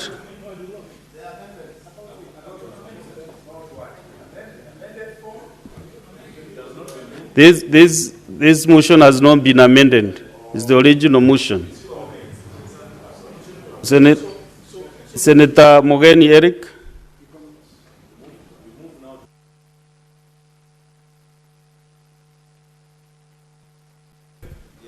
Yes, Mr. Speaker, sir, I beg to move a motion, an amendment to the motion in the following manner, Mr. Speaker, that the motion be amended by deleting the words county allocation equal to baseline allocation ratio of 387,425 billion plus Kenya shillings 2 billion shared equally among the identified 11 counties plus 45% population index plus bracket 35% equal share index plus 0.12% poverty index plus 0.08 geographical size index and additional county equitable share above 389,425 appearing after the word as follows and substituting thereof with the following words. County allocation equal to baseline allocation ratio at Kenya shillings 387,425 billion plus 4.46 billion shared equally among the identified 11 counties plus 0.45 population index plus 35% equal share index plus 12% poverty index plus 8% geographical size index and then additional county equitable share above 391.89 billion. Mr. Speaker, I want to go on record that I'm rising to support the report of the Committee on Finance as amended by the proposed motion that is on the floor. Mr. Speaker, I want to begin by thanking the chair of this committee, Chairman Senator Ali Roba, for coming up with a formula that does not elicit any controversy from the 47 Senate delegations. Mr. Speaker, many of us who are here as senators in the 12th Parliament know that this issue of revenue share formula was extremely contentious. We had a prolonged stalemate on the floor of the House. We voted more than 13 times before we reached a compromise. So we must thank the committee that this time around we are going through a process that is less controversial, that is trying to carry everybody on board. Mr. Speaker, sir, the motion that I've moved this afternoon to amend the motion seeks to carry along the 11 counties that are disadvantaged, that get an allocation that does not allow them to perform their functions optimally. And Mr. Speaker, we all know that under our Constitution, more so Article 29, the spirit of affirmative action is well enshrined in that article. And further, Mr. Speaker, when we allocate resources, it's important, Mr. Speaker, that we be sure that the resources we allocate to our counties will support our devolved units to perform their functions. So, Mr. Speaker, the spirit behind these amendments is to ensure that our big, rich counties carry along the smaller, poor counties so that we all move together. And Mr. Speaker, as I move this motion, Mr. Speaker, I'm moving this motion with the hope that we are not going to agree with the resolution of the National Assembly that is setting the equitable share at 405 billion. Mr. Speaker, I believe that our revenue collection has gone up, Mr. Speaker, and we want our brothers and sisters in the National Assembly to support us, Mr. Speaker, so that we are able to support our devolved units. Two, and I'm saying this very candidly, Mr. Speaker, because we always know when there is interference. I want to thank the President, our current President, Dr. William Ruto, for having given this House the independence to deal with this matter without any intimidation from the executive. Because, Mr. Speaker, the problem we had last time is that the executive tried to micromanage us senators, Mr. Speaker. So I appeal to the executive to keep that spirit so that we as senators can deal with this matter as senators who carry along the interests of all the 47 devolved units. But having said that, we also know, Mr. Speaker, that when we had a stalemate last time, it took an act of statesmanship from two great individuals, President Uhuru Kenyatta and former Prime Minister Raila Odinga. Senator Wambua will bear me witness that the compromise that we reached on the floor, Mr. Speaker, included a commitment from the executive that they were going to give us an additional allocation of 53.5 billion shillings. We got that increase on one financial year. Pop! 53.5 billion. So, Mr. Speaker, this debate we are having from National Assembly saying that we cannot increase revenue, the equitable share from 387 to 465. Is what our Chief Justice will call hot hair, because it has been done before and it can be done, Mr. Speaker. So I hope that our brothers and sisters who will represent us in mediation will push to ensure that we get an allocation of 465 billion. So, Speaker, when you break down the amount that we have proposed to increase, it's merely by deleting the figure 2 billion that had graciously been allocated to these counties by the Committee of Finance and substitute 2 billion with 4.6 billion. So we are just increasing it by 2.6 billion. And after this amendment, if Honorable Senators support, if this amendment carries the day, the position remains as it is currently. There is no county that is going to be disadvantaged in any way. But we would have supported the 11 counties, each to get a small increase of 400 million. And I want to agree with the submissions that were made by Senator of Nairobi, Mr. Speaker, that this increase, Mr. Speaker, should be sector-specific allocation. We don't want to give this money to our counties, Mr. Speaker, and then we find that the absorption is to employ relatives or friends of our governors, Mr. Speaker. If we give this money to these 11 counties, it should be for sector-specific allocations, Mr. Speaker, so that the money is used to spur development, Mr. Speaker. If Governor Oparanya is doing a tarmac road from Kakamega to Vihiga, if we give this money to the governor for Vihiga, Honorable Otichlo, he should also do a tarmac, because that is the intention of this. This is an affirmative action initiative, Mr. Speaker, so that the big counties don't move alone, Mr. Speaker. If we want to connect these counties to do business, if Kakamega is doing a tarmac, let Vihiga do it, and let Nyamira do the same, Mr. Speaker.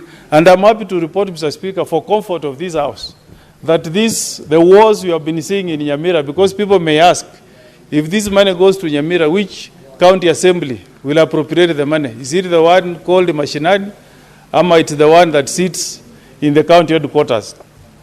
The Speaker, if you follow news, you must have read in the Standard newspaper of today that yesterday, Mr. Speaker, the High Court sitting in Bomet made a landmark decision, and it nullified everything doing with Bunge Mashinani in Nyamira. So I want to give my senators who will support this quest that the money that you will send to Nyamira will be appropriated by one county assembly sitting at the gazetted county assembly premises in Nyamira, and not the one you have been seeing sitting in people's residences. I want to give that undertaking, Mr. Speaker, and I hope my governor is watching these proceedings. We don't want that shame, that embarrassment.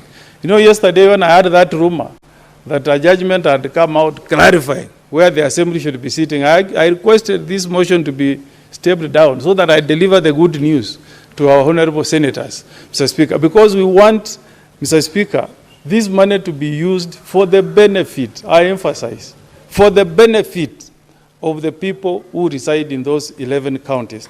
In fact, Mr. Speaker, we were proposing that if we are able to get this money for these 11 counties, we should have something we call action taken report. We must tie them to report back to us how they have used this money, Mr. Speaker. Because the fear amongst us is to give money to our counties and then the money goes to the pockets of a few people and not for the benefit of people who reside in those counties.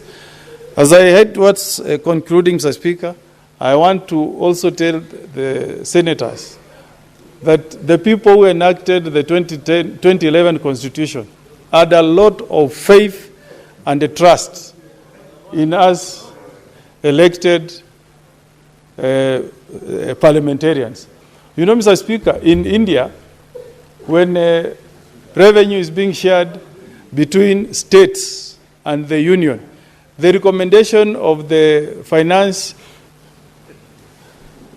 Commission of India is final, Mr. Speaker.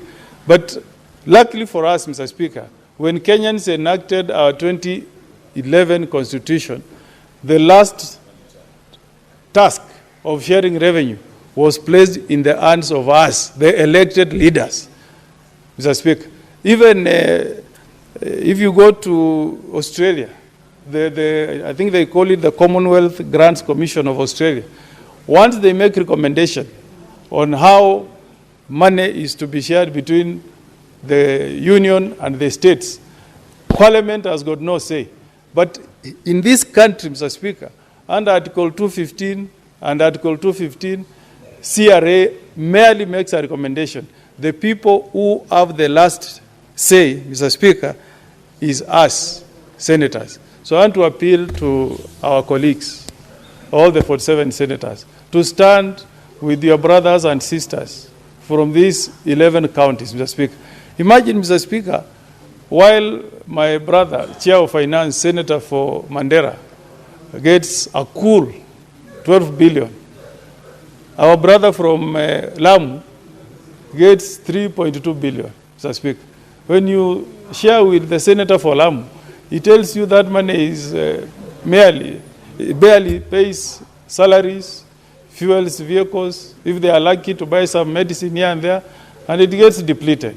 The same with Isiolo, Mr. Speaker. So if Mr. Speaker, this motion gets the support of senators, we'll be able to uplift some counties to a level that they can also try to bring developments to their regions. And I want to remind our brothers, Mr. Speaker, from arid, semi-arid, and sparsely populated counties, that the formula that we had here in 2019, Senator Wambua, you can bear me witness, was exposing some of these counties to the risk of losing to the tune of 2 billion, up to 2 billion.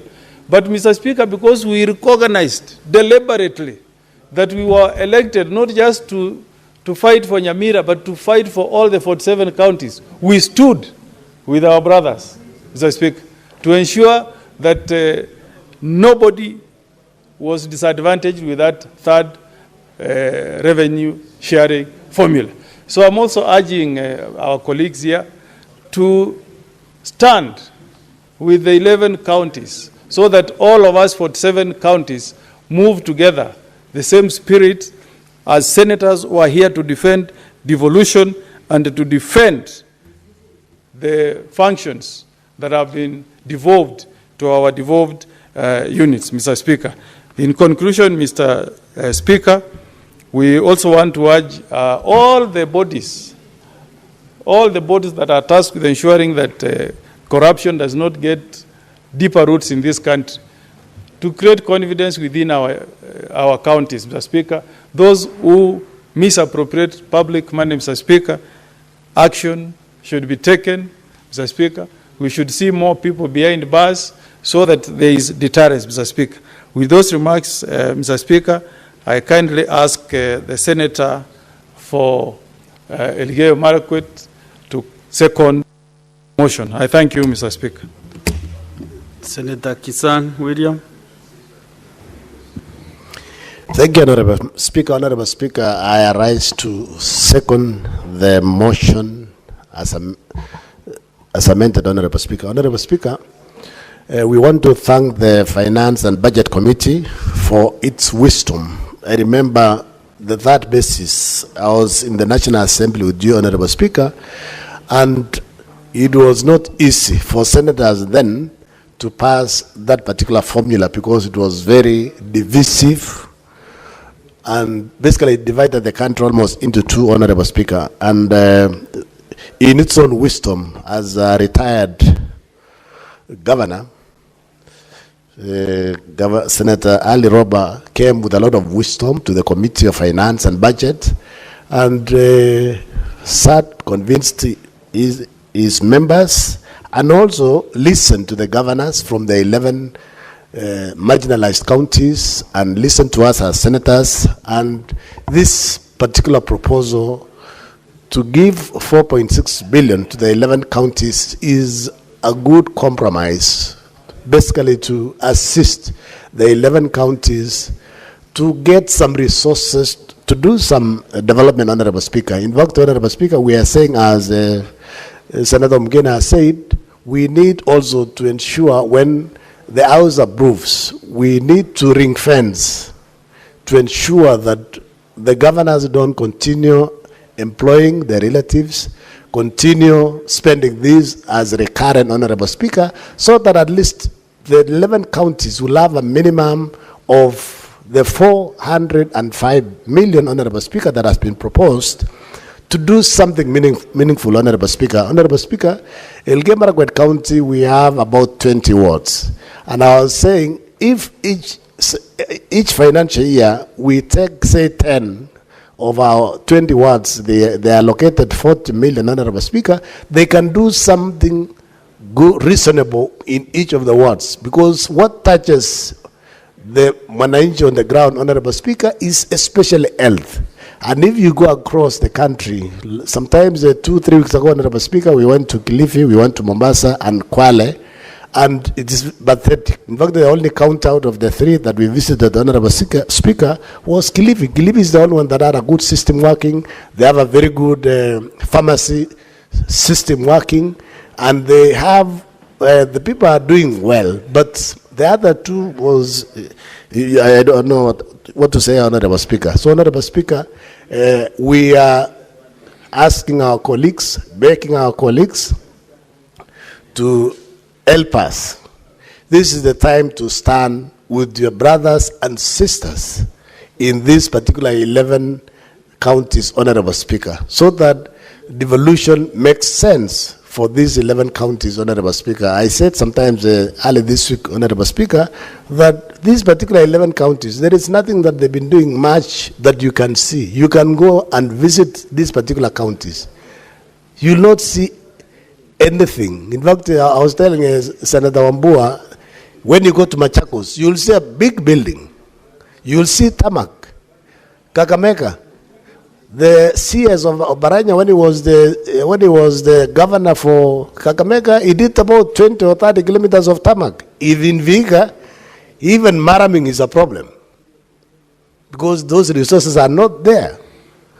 That is why, Honorable Speaker, we will still insist, even as this House, the 10 billion for RLMF also should go to the counties and be ring-fenced, Honorable Speaker, so that as we give this additional 405 million to the 11 counties, the 10 million of RLMF also should go to the counties so that they can do roads, Honorable Speaker. Honorable Speaker, we are just asking, please support us, support our counties, so that we can actually even actualize, because if you look at Article 203, Honorable Speaker, Section 1, but G, Honorable Speaker, there is economic disparities within and among counties, and the need to remedy them. This affirmative action of 405 million to the 11 counties, Honorable Speaker, will basically sort out this Section 203, Article 203, Section 1, but G, Honorable Speaker, so that at least we remedy the economic activities of these particular 11 counties, Honorable Speaker. And as a Senate, we also will not agree with the position that the National Assembly has taken, that our counties get 405 billion. So I remember sometimes last year when we were discussing these issues, we had given a proposal of 415 billion to the counties, and then it was reduced to 380, and eventually there was a compromise of 387 billion, Honorable Speaker.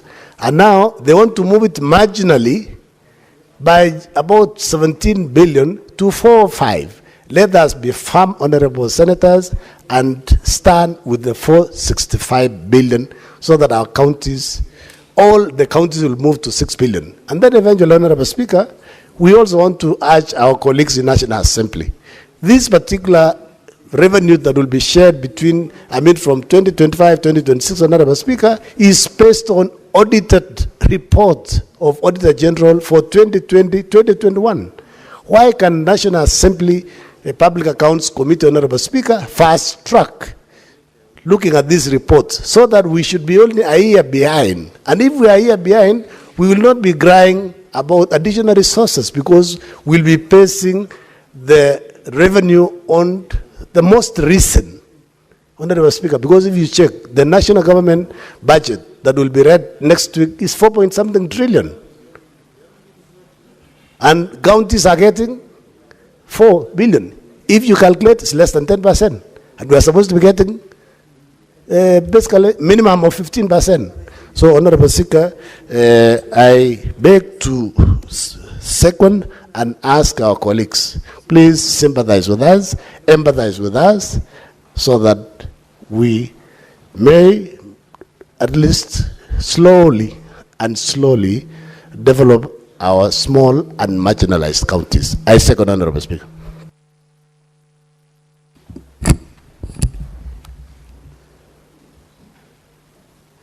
Honorable Senators, I propose the question that the motion be amended by A, deleting the ones county allocation, which is the baseline allocation ratio of Kenya shillings 387 billion 425 plus Kenya shillings 2 billion, shared equal among the identified 11 counties, plus 45% on population index, plus 35% on equal share index, plus 0.12% on poverty index, plus 8% on geographical size index. Additional county equitable share above Kenya shillings 389.425 billion, appearing after the ones as follows, and substituting therefore with the following ones. And B, county allocation equals baseline allocation ratio of Kenya shillings 387.425 billion plus Kenya shillings 4.46 billion shared equally among the identified 11 counties, plus 45% on population index, plus 35% equal share index, plus 12% poverty index, plus 8% geographical size index. Additional county equitable share above Kenya shillings 391.89 billion.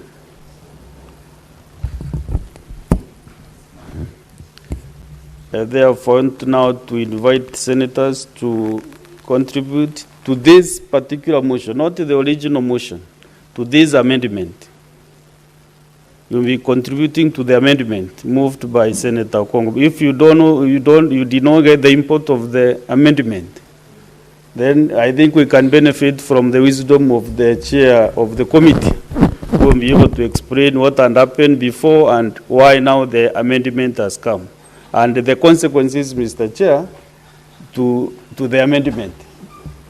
So I'll invite the chair, Senator Bahari Ibrahim. Thank you very much, Mr. Speaker. The wisdom behind having a less controversial formula of sharing revenue amongst counties this time is informed by what preceded in the third Senate, where there was a lot of controversy on the third basis of revenue sharing, which was as a result of a substantive number of counties losing. And there was no amount of force from the state that was able to sway the position the senators took to be able to carry the entire country along. Mr. Speaker, as I rise to support the concept of carrying everybody along, and particularly these 9 counties that are receiving less money, and these 11 counties that are receiving less money, in the wisdom of the committee initially, we proposed 2 billion shilling to be shared equally among the 11 counties, with the, inside of the fact that division of revenue as passed in the current financial year, the original division of revenue stood at 400 billion.01. And the Division of Revenue bill as passed by the National Assembly now stands at 405.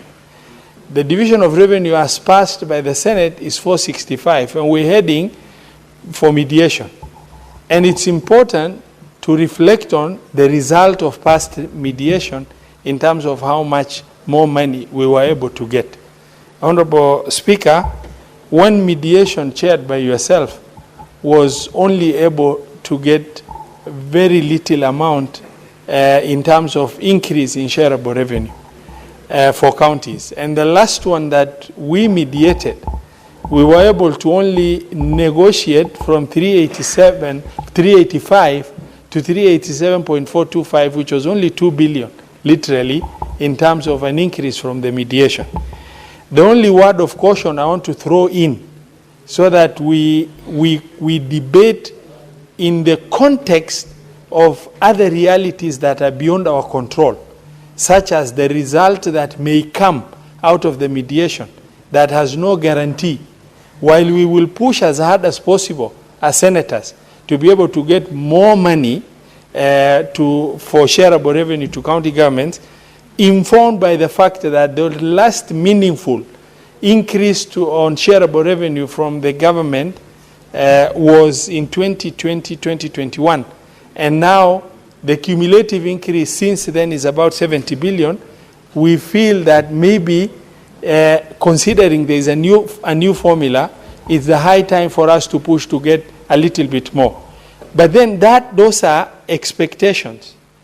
The reality now is that the current shareable revenue is at 387.425.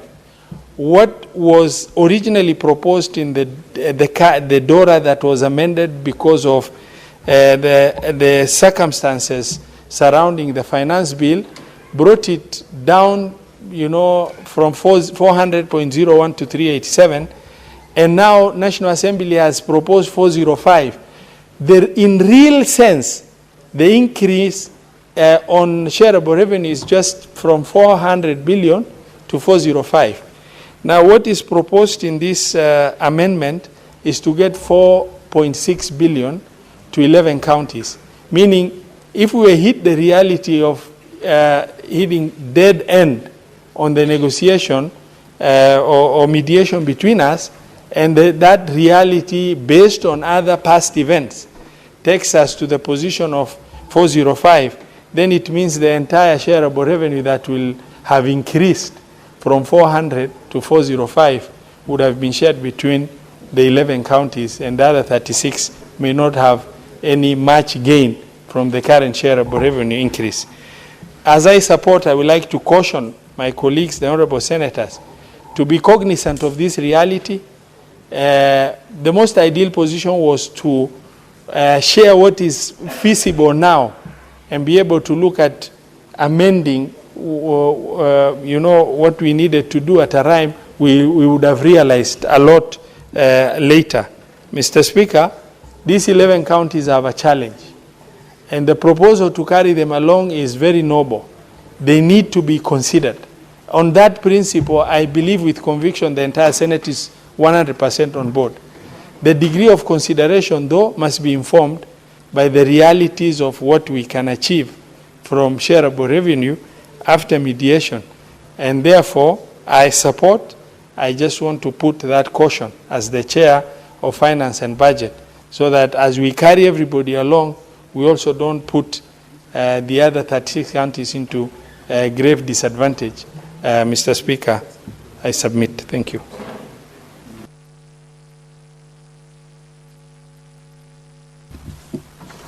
Before I give the second contributor, I have this communication on a visiting delegation from Meru County.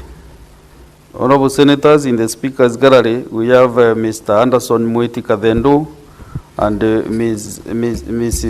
Ruth Gasheri Mwiti. They are business persons from Meru County and are here on a one-day tour at the invitation of yours truly. Honorable Senators, in our usual tradition of receiving and welcoming visitors to Parliament, I extend a warm welcome to them and on behalf of the Senate and on my own behalf, wish them a fruitful visit. Thank you. Since yours truly is on the chair, I'll ask my neighbor from the other side, Senator Kenywa, to welcome the visitors from Laikipia County.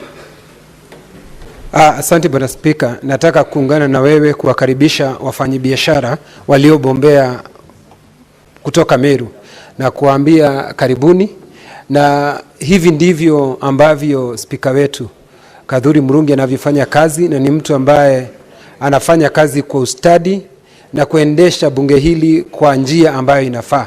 Kwa hivyo nawaambieni karibuni, mjisikie huru, mnaweza mkatembea na kusoma mengi ambayo yanatendeka, na niwahakikishia kwamba mlimchagua mtu ambaye ni stadi, na alipofika hapa sisi tukamchagua awe kiongozi wetu wa bunge na afanya kazi vilivyo. Asante Spika kunipa fursa hiyo.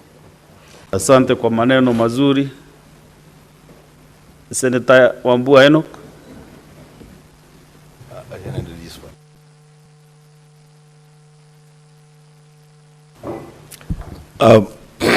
Thank you, Mr. Speaker. Mr. Speaker, I would have expected that you will ask me to welcome the delegation from Meru. I am more of a neighbor to Meru than Laikipia, but Mr. Speaker, that is now water under the bridge.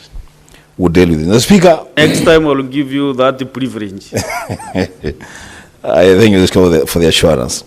Mr. Speaker, I stand here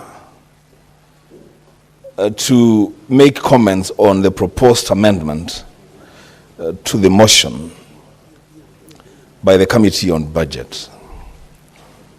And Mr. Speaker, just a little history will help us make the right decision on this matter.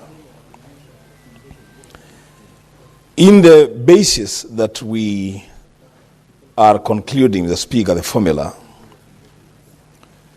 the bone of contention then was that the Senate was faced with the challenge of an existential threat to a county. And that county is actually the county of Mandera, where now the chairman of the budget comes from. If we had gone with the wisdom of the CRA then and passed the formula as proposed by them, probably Mandera County would have shut its doors by now. And because, Mr. Speaker, we are here as defenders and protectors of devolution, we said that Mandera County was not going to be shut under our watch. So we fought, and the solution, Mr. Speaker, and I want to take this opportunity to thank the majority leader, because that time, Mr. Speaker, is county and the county of Elgeyo Marakwet, then represented by Kipchumba Murkomen, they were gaining quite substantially. But for the sake of the counties that were losing, they said, we are going to make this sacrifice for the sake of the counties that are losing money. Mr. Speaker, that's a context within which we are discussing this proposal. Senator Nyamira has done a good job to move the amendment. Mr. Speaker, the only challenge that I have with the request put forward to us by the 11 small counties is that whereas the concept of affirmative action is contemplated under the Constitution in formulating a formula for sharing revenue under 203, where we can apply affirmative action to take care of counties that are disadvantaged. The Speaker, I want to be convinced, and I want the 11 counties to convince us, because that's what we are doing here, that this additional money that they're asking for is money that will go to good use. The Speaker, I say that because the Senator of Nyamira, while moving the motion, the amendment, has just mentioned to us that a ruling has been made in Nyamira that the so-called mashinani sittings have now been abolished by the courts. Mr. Speaker, we expect that the Senator of Nyamira will report to us next week that the County Assembly of Nyamira will now be sitting in the gazetted premises of the Assembly, and that they will be appropriating money for the county government under the law and the Constitution. When I listened to Senator from Elgeyo Marakwet, I'm not very convinced about what he's asking for, Mr. Speaker. I'll be very honest. Because the Senator is telling us we should have mercy on them, have mercy on us. Mr. Speaker, this must go beyond us just having mercy on counties. We must be convinced that this money that you're asking for is money that will be allocated to do certain things that are beneficial to the people in those counties. Why do I say that, Mr. Speaker, Madam Speaker? I say that, Mr. Speaker, Madam Speaker, because the request put forward to us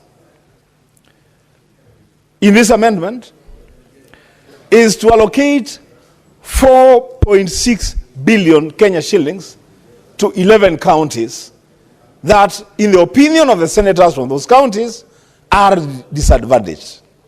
Now, we have just listened to the submission from the Budget Committee.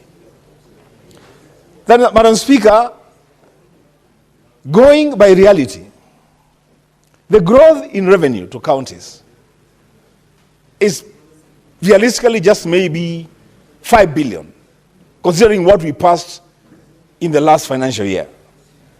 So out of this 5 billion, what Senator Nyamira and his colleagues are asking us to do is, out of the 5 billion, then 4.6 goes to be shared among the 11 counties, and then the rest of us, we share 500 million. Mr. Speaker, now there's a window.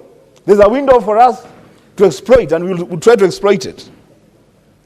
That this House must stand very, very firm that the shareable revenue for all counties cannot be 405 billion Kenya shillings. We must push for 465 billion Kenya shillings to go to counties. That means, Mr. Speaker, we shall be sharing substantive amount of money. But if now we stick to 405, Mr. Speaker, I think then the 11 counties may have to be called upon to also step down a bit from the 4.6 to maybe 3 billion. We are yet to be convinced. We are not going to take a position now. We are yet to be convinced.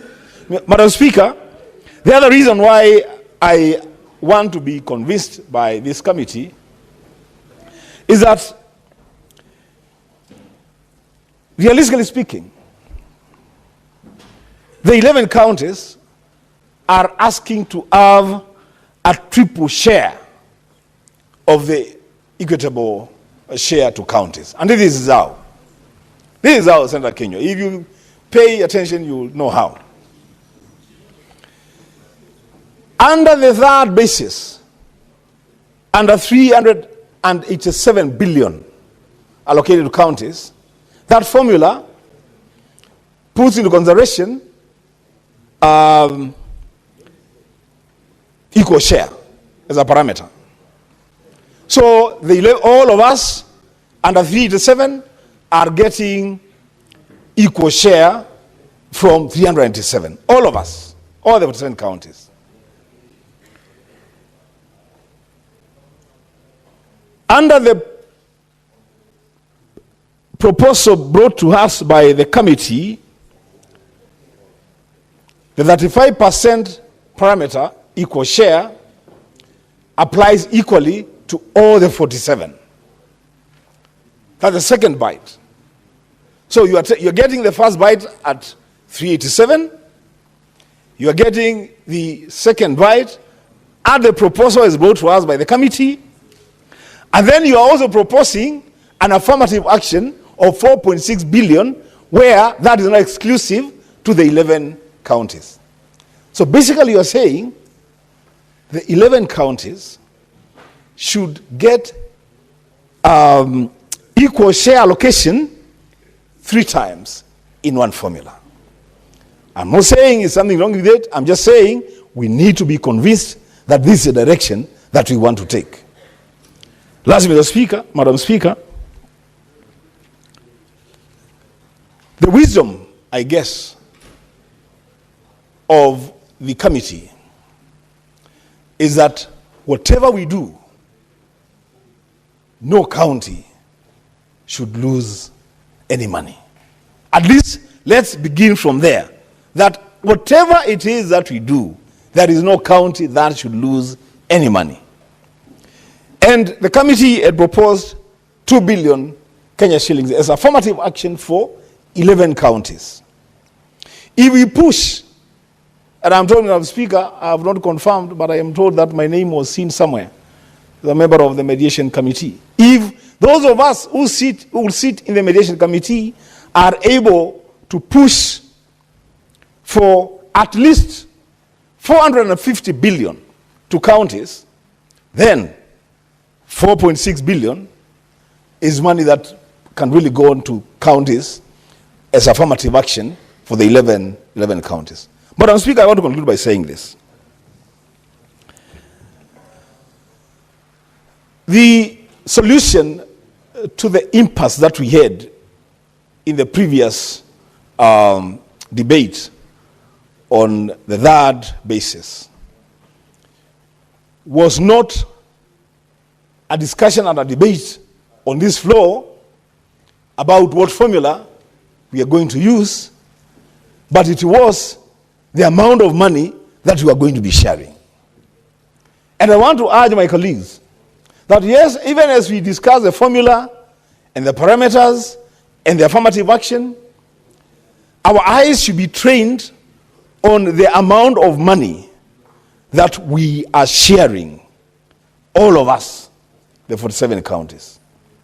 Madam Speaker, it must be unacceptable to all of us that the National Assembly, in their wisdom, think that, or lack of it, as Senator Mungatana say, think that out of a 4 trillion budget, the best that you can do for counties is slightly above 400 billion.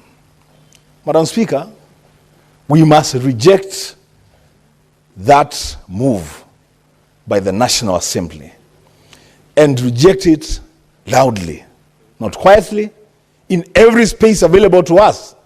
We must reject that move by the National Assembly.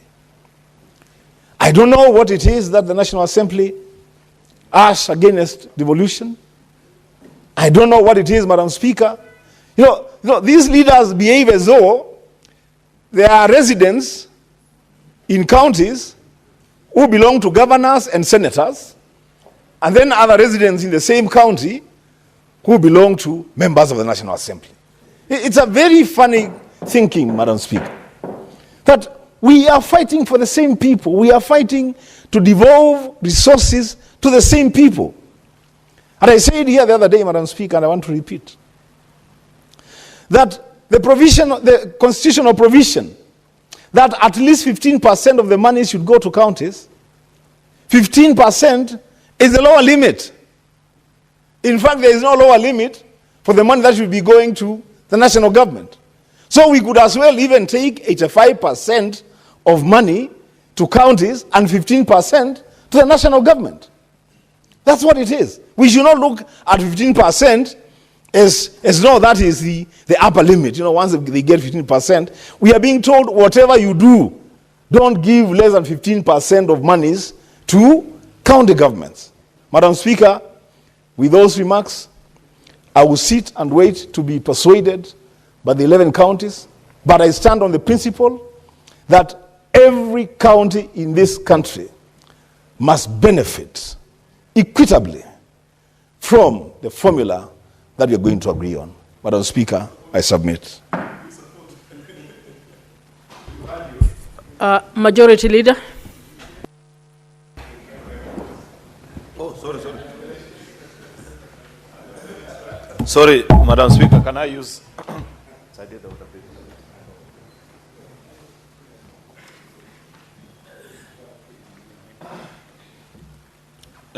Thank you, Madam Speaker, for this chance to share my thoughts also on this amended version of the motion before us, because I do appreciate, Madam Speaker, that we had a motion that was moving on very well. Then 11 of our colleagues caucused without the rest of us, and now wants to convince us to side with them. Madam Speaker, there's nothing wrong with caucusing, because this is a house of reason, and you convince each other by logic and good sense. And so from the very onset, Madam Speaker, without committing fully, but like a young man, still willing to listen to as many damsels as possible, I want to say that I am willing to be persuaded. I don't know why Senator Kajwang and Senator Kinyua and Wambua are laughing. I know they have misinterpreted my pronouncements, Madam Speaker, to mean other things or to interpret their own stuff. But I must appreciate that, like somebody observed, I think to Senator Kajwang yesterday, that this is one of our most solemn moments as a Senate. It is one of those moments which any senator, by the way, who never gets to record their voice on this matter is not worth even being elected to this House. Madam Speaker, I have my notes from the second generation formula, still very new in this House. I have my notes of what I said in the third formula, and today I can speak off the top of my head on the fourth generation formula, because there is no other powers. You know, this constitution is very mean to the Senate. I have said this before. But at least with regards to the determination of how shareable revenue to counties is shared out amongst the 47, we were granted the superpower. Not even the National Assembly has the kind of power that Senate has. In fact, such is the provision, Madam Speaker, that this is the only occasion where they will require actually two-thirds to overturn any decision of this House. And you know how many times, Madam Speaker, that House has raised that threshold. In fact, I cannot recall any other time, save for the time that we needed to chase a very bad man in this country, Madam Speaker, and they successfully did it. On any other occasion, even on moments where they could actually have self-benefited, they couldn't raise those numbers. I recall the amendment, for example, by the former member of Parliament. What's your point of order, Senator Kyo? Madam Speaker, I have heard Senator for Kericho, the majority leader, saying that the only time that the National Assembly raised a quorum of two-thirds is when they needed to chase a very bad man. I don't know, chase him out of where to where and who this bad man is. Madam Speaker, can you clarify that? Senator Majority Leader, can you substantiate Madam Speaker, your allegations? I've just come back from Kitui County, his home county, this morning. I was in Kitui East. Order, Senator Kyo. Now, can you listen to the substantiation? A place called, I think, Nzesu or something like that. Zombe, thank you for reminding me. And when I asked the people whether we made the right decision, they unilaterally told me that it was the right decision to kick out Rigathi Gachagua out of the position of Deputy President because his conduct was unbecoming. That was in Kitui, where Senator Wambua comes from, not any other part of the country. So if Senator Wambua needed to know who that bad man was, I have told him. So back... Proceed, Senator ML. Thank you, Madam Speaker. Madam Speaker, I don't know what Senator Wambua wants to say. If he wants to do a public participation on whether that decision was right, he should go back to the same people that I asked this morning. Senator Kinyua, what is your point of order? Speaker, ni kinaya kwa kiongozi wa wengi kusema ya kwamba bunge la kitaifa kuhusu mjadala anayoleta hapa, bunge la kitaifa halisikizi hawasikizi chochote na ni watu ambao si wazuri, wasikizi seneti hii. Alafu hatimaye anatuambia wao ndio walifukuza mtu mbaya. Kwa hivyo Bwana Speaker, nasema ni kinaya. Senator Kenywa, is it a point of order or are you just making a statement? What is your issue? Kweli kabisa Bwana Speaker. Hakuna hoja ya nidhamu kwa yale maneno ambayo amesema Speaker. Nafikiri amechangia tu mjadala. Senator ML, proceed with the debate, please. Thank you, Madam Speaker, for protecting me from the frivolous points of orders from my colleagues who don't want me to engage in this debate, Madam Speaker. But I'll tread with caution now so that I don't get interrupted while executing a very important mandate. I appreciate that Senator Okongo Omogeni, Senator Kisang have taken to the floor this early to convince the House, and I've listened to them. I listened to Senator Omogeni, and even when I was having tea while Senator Kisang was speaking, the reason I had tea, Senator Wambua, is that I was not served any ndengu in Kitui. Therefore, I arrived in the House very hungry. But I still listened. I still listened to Senator Omogeni moving the amendment. But as Speaker, point of is it a point of clarification? Senator ML, do you want to be informed? Why is Senator Wambua restless? Could it be because the people of Kitui welcomed me so well this morning? Senator ML, do you want to sit down? Okay, Senator Wambua, quickly.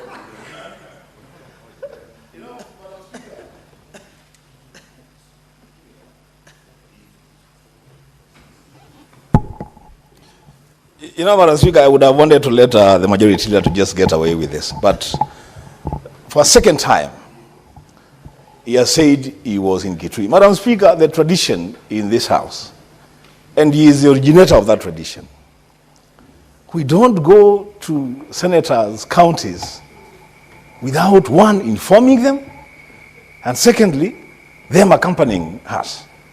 Madam Speaker, is he breaking a tradition that he himself has set? If he had gone with me, definitely, he would have been served some dengue. But you went now, I don't know who he went with, what he was even doing in Kitui without my presence, Madam Speaker. Can you tell us why he sneaked into Kitui, Madam Speaker? Senator Wambua, the Speaker is constrained to rule on customs that are not in the standing order. But ML has had, and I hope behind the tent, ML will do what is necessary. Thank you, Madam Speaker, for protecting me once again this afternoon, Madam Speaker. But I had a very good time in Kitui. That's all I wish to say at this point. Therefore, Madam Speaker, this amendment, the amendment that is being canvassed by our colleagues, I'll speak to it at the end of my conversation, but I first want to focus on the importance of this exercise that we are doing. It should never be lost on us, Madam Speaker, that it is without debate in our country that devolution is the greatest gift the people of Kenya ever bequeathed themselves after independence. And in the same constitution, the 2010 constitution, Madam Speaker, Senate was granted the powers to protect and ensure that we defend counties and their interests. That's a correct wording as per the constitution. So every business that we transact in this House, Madam Speaker, should always be anchored on that founding philosophy of the House of the Senators per Article 96, to appreciate and to know, Madam Speaker, that everything that we do fosters devolution and ensures that it succeeds. Madam Speaker, it is not possible. A second thing that I'd wish senators to note, and perhaps to the pleasing of Senator Osotsi, Kisang, Omogeni, my colleagues, it is not possible for devolution as a whole to succeed in certain corners of a country while failing in others. And this has nothing to do with the people that you vote as a county governor. It's about how strong we entrench devolution. It's about the amount of resources that we send to our counties, Madam Speaker, and it is foolhardy to imagine that it is possible for one county to thrive while the rest is actually faltering. many of the services that are provided by our counties, for example, Madam Speaker, are actually so basic that on many occasions they are shared across county. Think about health, for example. Many times, Senator Mogeni knows this. When I go to Kapkatet Hospital in Bureti sub-county in my county, nearly half the people that I meet are actually from Nyamira County. Or if not 40%, then there's another 30 from Bomet County and another 30 from Kericho County, Madam Speaker. Therefore, it is not possible to believe that when you disadvantage other counties, that your own county will thrive, Madam Speaker. We should always try to seek and ensure that we make all our 47 devolved units successful, Madam Speaker, so that it becomes even a case study for the other to challenge one another and to know what exactly is happening and what is it that one county is doing better than the other. I have my own mini devolution conference in my county tomorrow, for example, Madam Speaker, where we are taking stock of 12 years of devolution and seeing what it is that has worked and where we have gotten it wrong, Madam Speaker, as a county, with a view to making things better in the next 12. That is part of our responsibility and duty that we do as counties or leaders from those counties, Madam Speaker, to ensure that we succeed in granting hope to the citizens, ensuring that given an opportunity, another chance, that they will still make the decision that they made on the, in August of 2010 to ensure that we decentralize power in this country. That should always be at the top of our mind, colleagues, that we ask ourselves, should Kenyans be granted an opportunity to vote for the 2010 Constitution as is? What is it that will make it back to the Constitution? And what is it that they will definitely say, remove this one, this was a wrong decision? Should they be presented with a buffet of articles and, parts of the Constitution and the new things that came with devolution? Therefore, Madam Speaker, we keep up with the tradition of setting a baseline. And this, Senator Omogweni and colleagues that were here last term will recall that this is a tradition that we brought to the third formula. It was not there in the first, it was not there in the second. At the first and the second formula, we had absolutely no baseline. We only divided the resources from zero, moving all the way to the funds that were being devolved. And we ensured, Madam Speaker, that the division and the weights were applied equally on the full amount of resource that is being devolved. However, at the third generation formula, this thinking of having a baseline arose. And it was quite ingenious of us, because you recall that there are instances where we have actually either stagnated or moved back in terms of the resources that we are devolving to our counties.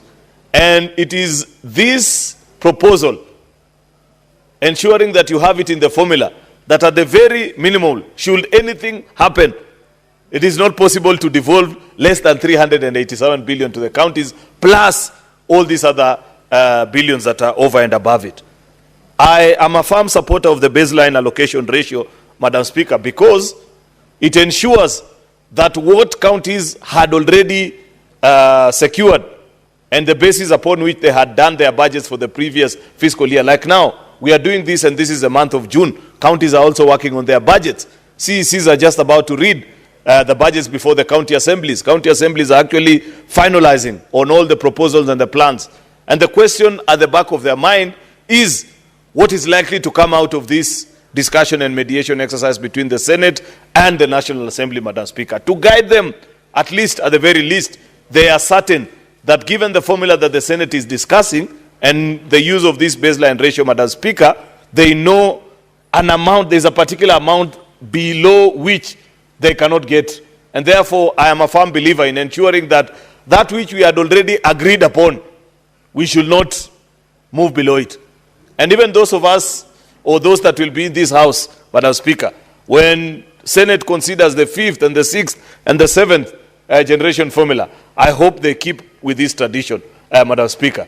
When they read the notes and the Hansard of the thoughts that went into the deliberation of the second, the third, or the fourth formula, Madam Speaker, they'll appreciate the wisdom of colleagues that came ahead of them and ensure that we always lock that which had already been agreed. Therefore, on the committee's decision to keep up with the tradition that was set in this House in the third generation formula of ensuring that we have the baseline allocation ratio as part and parcel of our formula, Madam Speaker, I applaud the committee.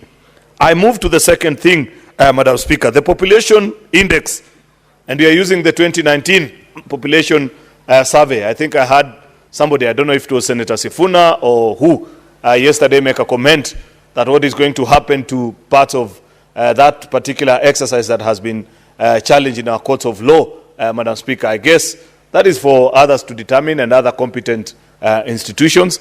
But we know for a fact, Madam Speaker, that that affected a very small part of the country. Not to say that the citizens that live in that corner of the country are less important, but I appreciate that they continue to weight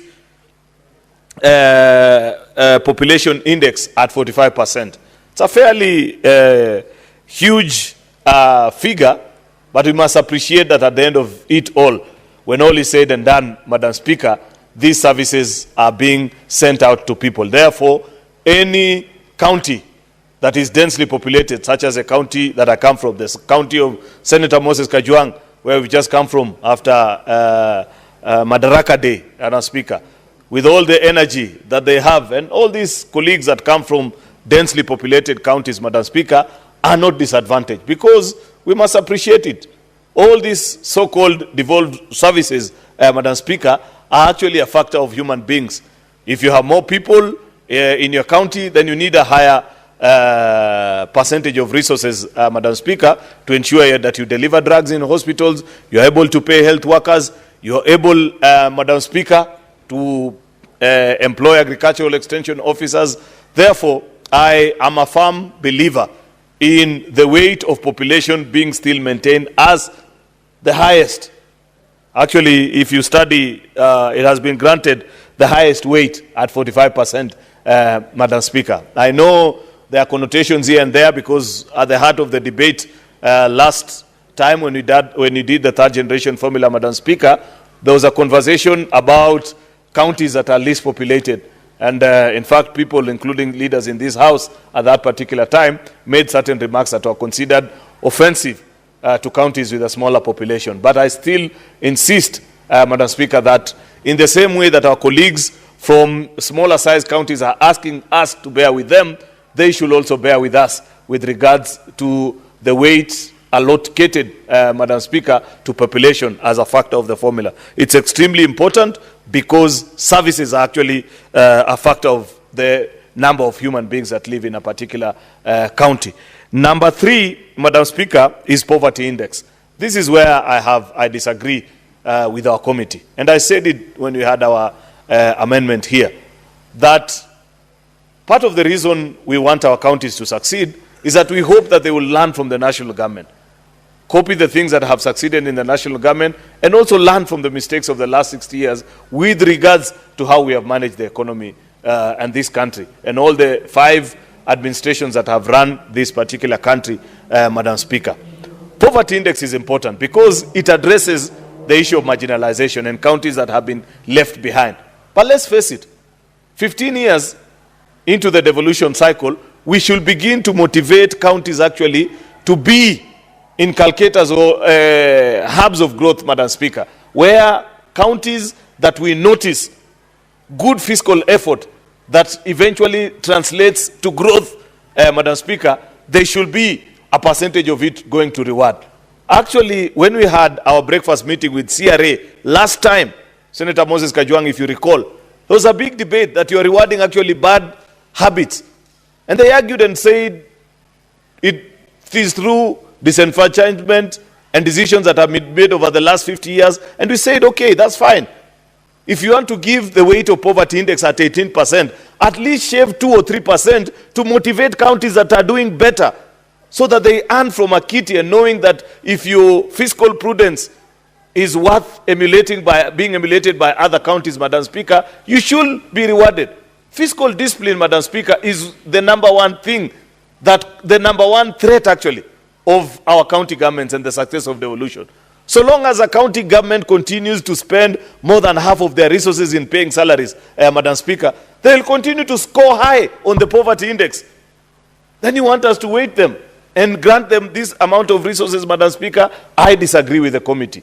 And I had hoped that Senator Omogeni and our colleagues that are moving us to make an amendment, that as you urge us to consider you, that at least you will factor the decisions and the thoughts that had gone yesterday during the Kamkunji, where colleagues were saying, at least let us find a way of rewarding good governance practice in this formula. The same way CRA had proposed to us in the third generation formula.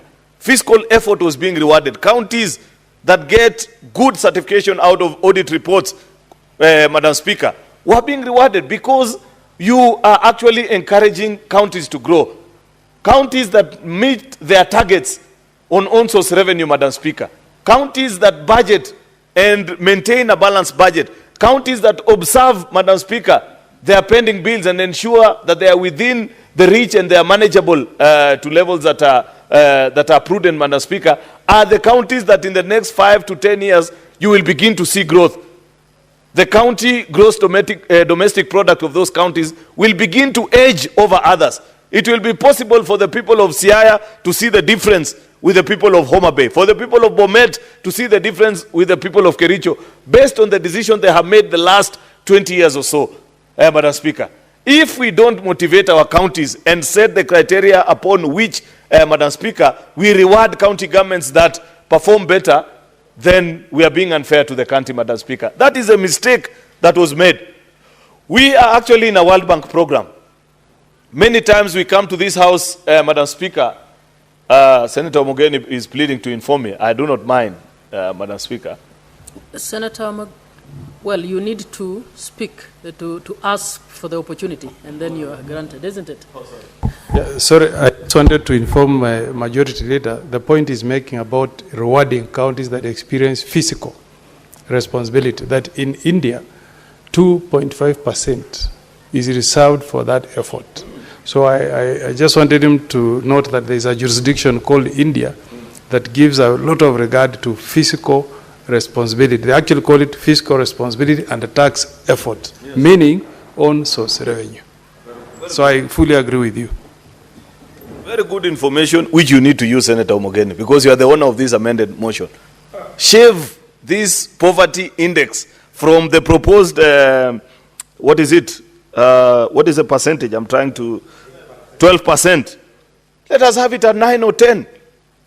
CRA had proposed 3% to us. We didn't agree with them last time, but I believe, colleagues, that we must reward good behavior in our counties. I want to plead with each one of you that let us find a percentage, and we could even borrow from the guidance of CRA from the third generation formula of ensuring that our counties and county governments that manage their resources better are encouraged. Because I was speaking to the point, Madam Speaker, that we are in a World Bank and all these IMF programs, they are telling us, you know, fiscal consolidation, they are telling us reduce corruption, that's why they want us to pass conflict of interest bill, they are saying consolidate this or the other. But at the heart of that conversation, the most important thing that they keep on informing us, Madam Speaker, is that keep your eyes on growth.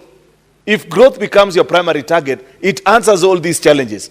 People begin to complain less about being pressed by the tax burden. If you are able to show demonstrable growth, Madam Speaker, then people appreciate and they know that which you are doing. With those many remarks, Madam Speaker, like I have said to my colleagues from the 11 counties, persuade us better. But on count of rewarding good behavior by our counties, the place to pinch from is on the poverty index. I appreciate, Madam Speaker. Thank you.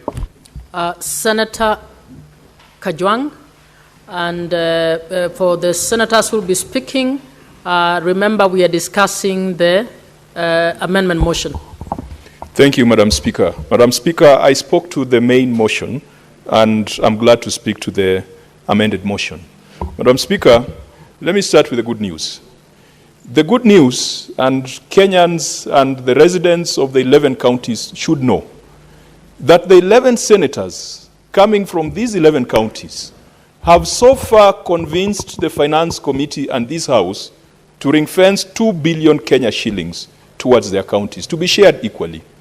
And Senator Osotsi, you must tell the people of Vihiga that the first 2 billion shillings that was ring-fenced was as a result of your lobbying. Senator Mwaruma, you must tell the people of Taita Taveta that you got them 2 billion shillings more to be shared out equally amongst the 11 counties.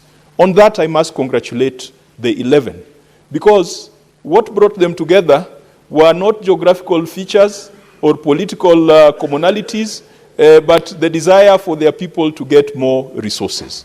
To that extent, I want to congratulate the 11, led by Senator Omogeni, for bringing so far at least 200, close to 200 million Kenya shillings to Nyamira, because the original 2 billion that was ring-fenced in the original report by the committee, if it shared out equally, would translate to almost 200 million Kenya shillings.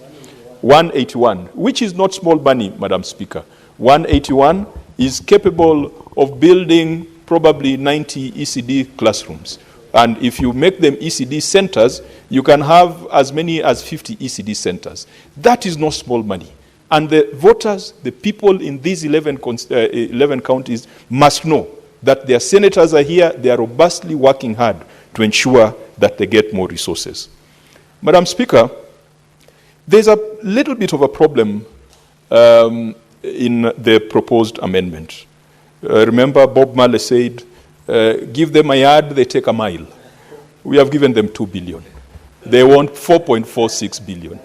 We've given them a yard, let them not take a mile. But Madam Speaker, this conversation would have been fit, proper, and very appropriate if we knew how much money was available for distribution. Right now we are speculating. We said 460-something billion. The National Assembly said 405 billion. The political class says 450 billion. Madam Speaker, last night governors were in State House, all of them, including those who failed to appear before committees. Some of them said they were sick, and we saw them at State House. We shall deal with them. We shall find them. We shall use images of State House to put them in their place. But they were at State House. They discussed a lot of things. But when you get information, the president was telling them about the limited fiscal space.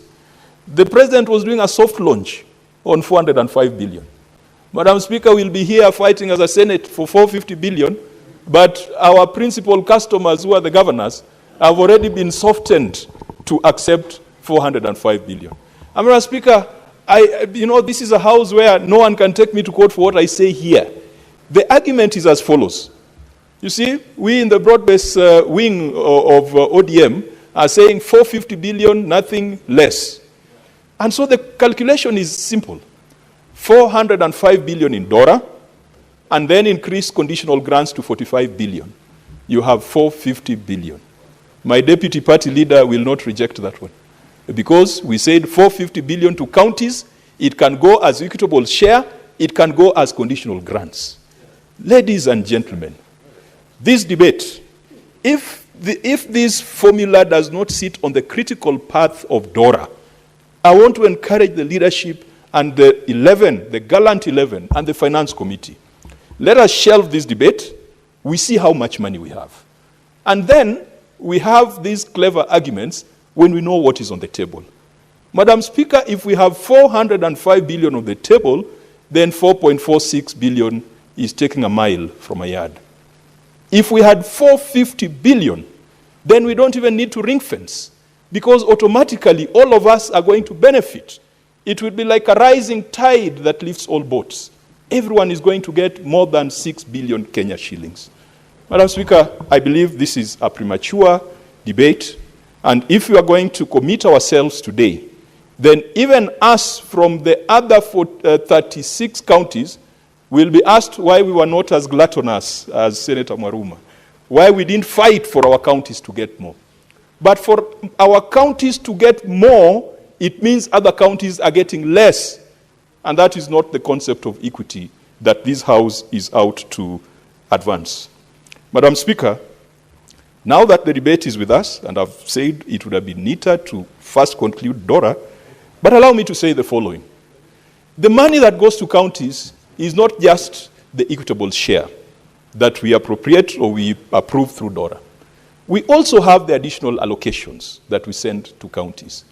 And Madam Speaker, what we must fight for as a House is realization of the constitutional rights and entitlements of local communities and counties, for example, Kwale and Taita Taveta.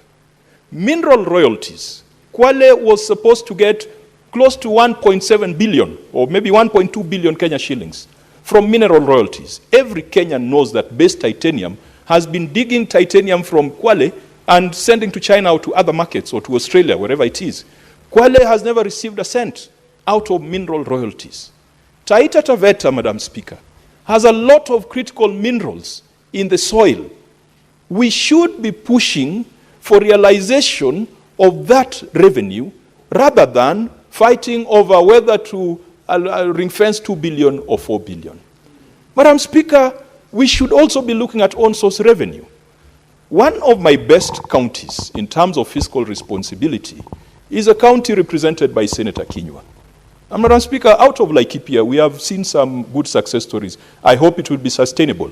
And I hope when Governor Kinyua takes over, he will sustain the momentum that past governors have put in place. Laikipia has an on-source revenue of 1 billion Kenya shillings. 1 billion Kenya shillings.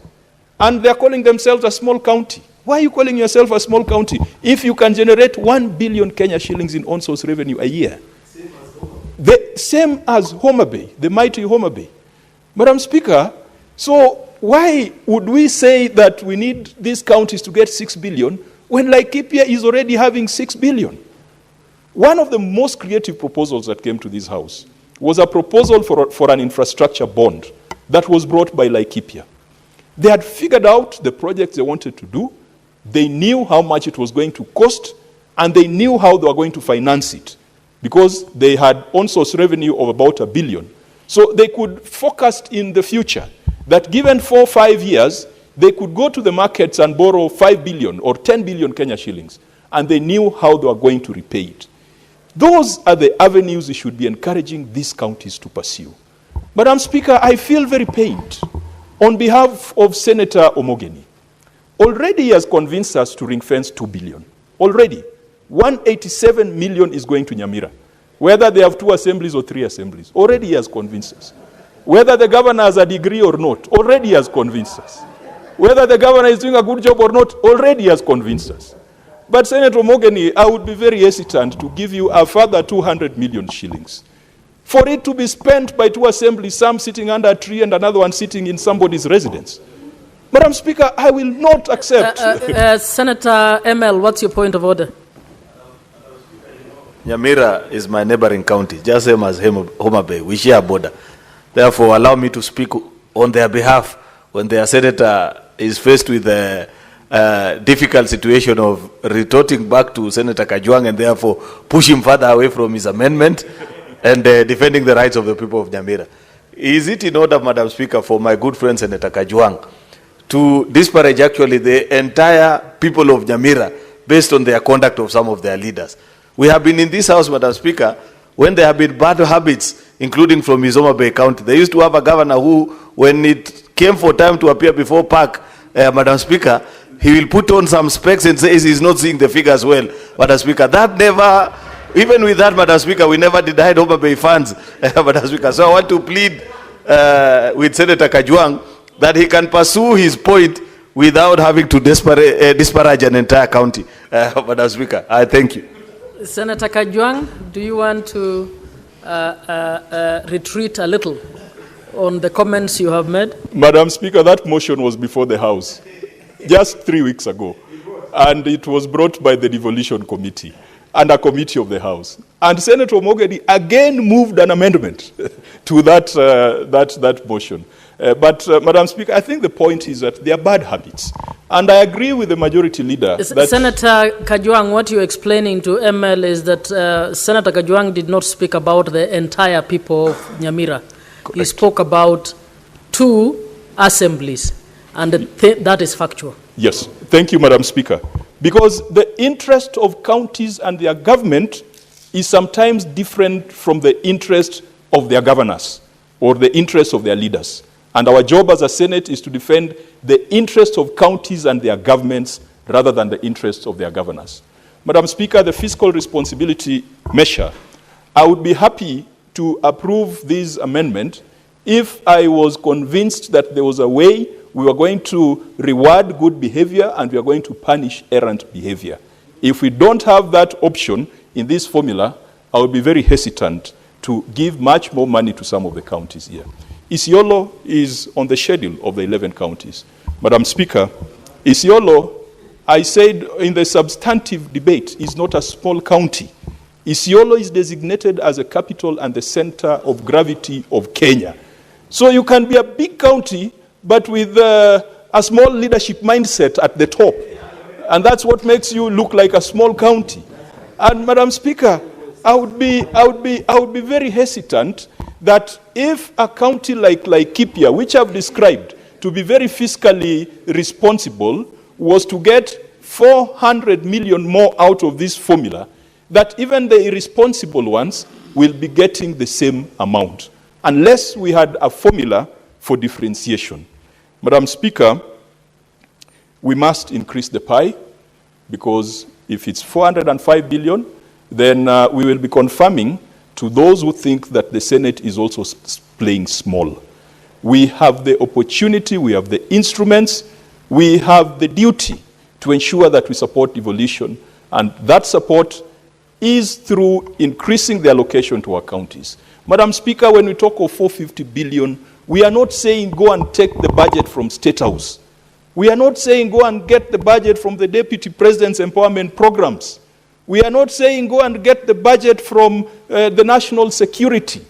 We are talking about functions that have already been assigned to counties that continue to be held at the center. And they are clear. The roads function, the water function, the health function, the agriculture function, the libraries, museums, etc. Madam Speaker, if you cost them, then the 500 billion that governor is asking for would be the number. But the governors were having dinner at State House last night, and they have already been softened to 405. So, Madam Speaker, let's revisit this conversation once that matter is concluded.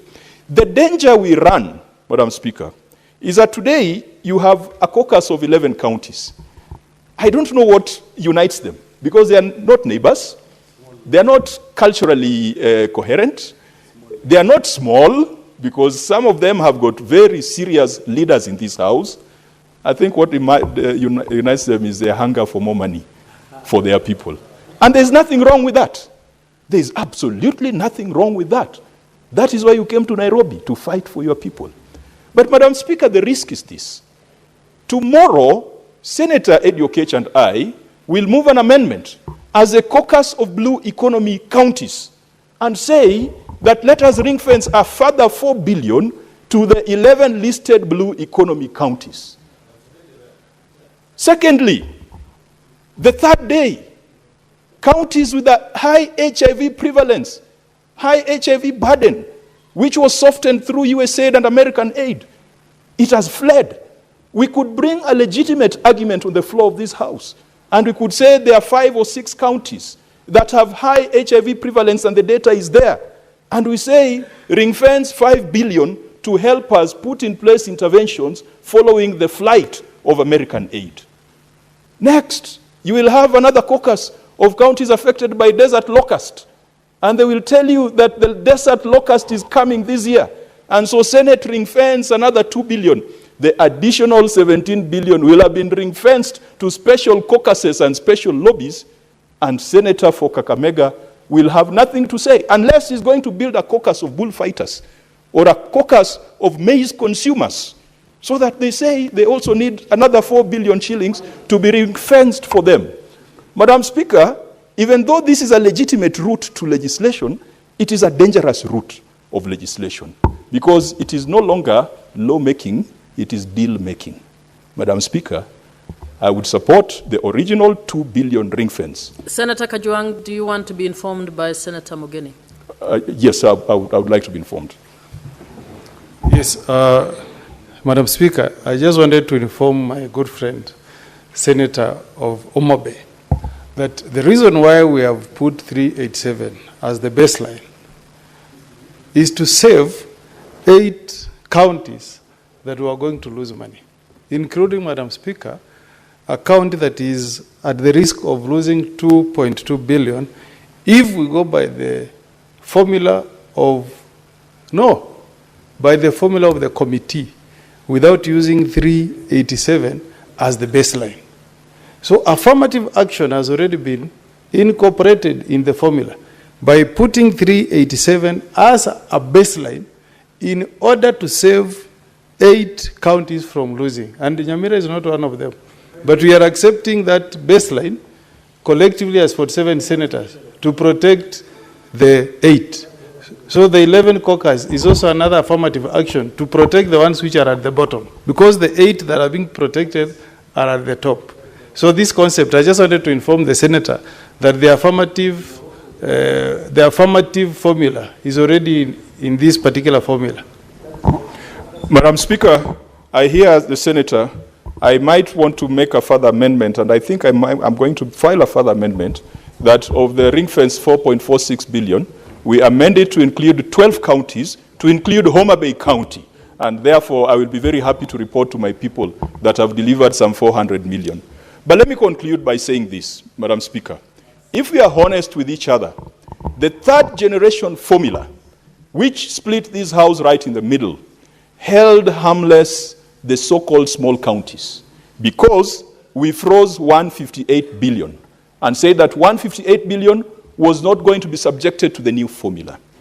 The proposed fourth generation formula, the Senator Rober formula, has held harmless the so-called small counties by freezing or ring-fencing 387 billion. The group of 11, the G11, has further convinced the House to hold harmless by ring-fencing 2 billion. Madam Speaker, that is sufficient. But if we had 450 billion, we would all be able to go home smiling that we have increased the allocations to our counties.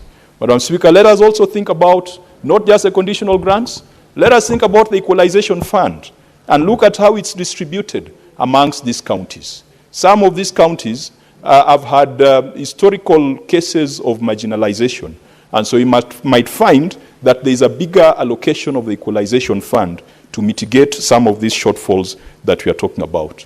Let us also ask ourselves the effect on per capita allocation. If we do this mathematics, this bottom-up equation that we are trying to do here, you will end up with a high per capita allocation in Isiolo compared to Kakamega. And then the senator for Kakamega or Homa Bay will have to struggle to explain to the people who elected him why Isiolo or why Tharaka Nithi has the highest per capita allocation and not the counties that we represent. We are here for purposes of equity. Further, Madam Speaker, the proponents of this amendment need to give us simulations, because this is not something you just talk about heavy.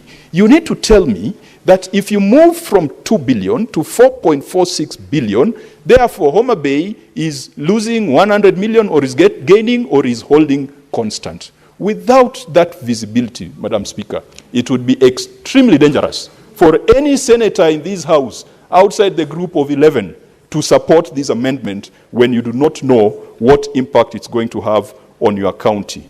Madam Speaker, I finalize by urging the leadership, the Finance Committee, if you put this matter to the vote this afternoon or today, perhaps it will be lost, and perhaps it was a good idea.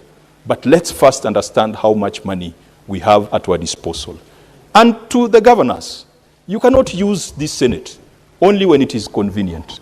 We have governors who refuse to appear before our committees. But when they hear that there is a pie being shared somewhere, all of a sudden even the ones who are sick find their way to State House. I want to say shame on those governors who escape accountability, but want to hang on the Senate or want to criticize the Senate when it comes to allocation of resources. It is the duty of Senate and the National Assembly to determine the allocation of revenue between national and county governments. Give him 1 minute to finish what he was saying. President Ruto, this is what we mean when we talk about being faithful to the Constitution and devolution. Talk to the right institutions that have the constitutional mandate. The Council of Governors is nowhere in the Constitution when it comes to division and allocation of revenue. Thank you, Madam Speaker. Senator Khalwale. Thank you, Madam Chair. Madam Chair, this motion before us reminds me what my teacher of English, who taught me the art of smart negotiation, told me many years ago. He warned us that give someone an inch and they will take a mile. Those are not my words. The late Edward Adwanyiga, the man who taught me English. Madam Speaker, I'm saying this because I am one of the proponents of this affirmative action. And when we did it as a committee, we carefully looked at quantum. And I'm impressed that young Moses has captured the principle of quantum. That if it is 2 billion, it makes sense. But if you just open it up, it will end up disenfranchising other counties. And I want to beg the 11 senators. We've given you an inch. That makes a huge difference. Please don't attempt to take a mile by asking for 4.6. Let us do this because, Madam Chair, the Constitution of Kenya leaves no lacuna on how the money should be shared, both in the letter and in the spirit. The letter is very clear. It is the principle of equity and not equality. So as to buttress it further into the spirit of the Constitution, Madam Speaker, we have said, let the equal share be increased, but not be a threat to the principle of equality. We've done it in this fourth formula. Madam Speaker, in the eye of the Senate, through the committee, we have said, let no county lose. And we have said, let no county be left behind. So, Senator Mugeni, the mover of the motion, let me take you to just 2 examples. Okay? The eye of the committee is saying that let us not leave these 11 committees behind. Let's hold their hands. You've done it. We have held your hand. In this simulation, look at county number 35, Nyandarua. Young Matthew is not here. He's busy in Wamunyoro, but I can speak for him. Somebody I wish could remind him that go to Wamunyoro when Senate is not sitting. This is where you have the highest political platform in the country, far more than in the funerals where some of us speak, in the bullfighting arena where we speak, in the harambes where some of us rarely go because we don't have the money, and, Mr. Speaker, not in our Munyoro.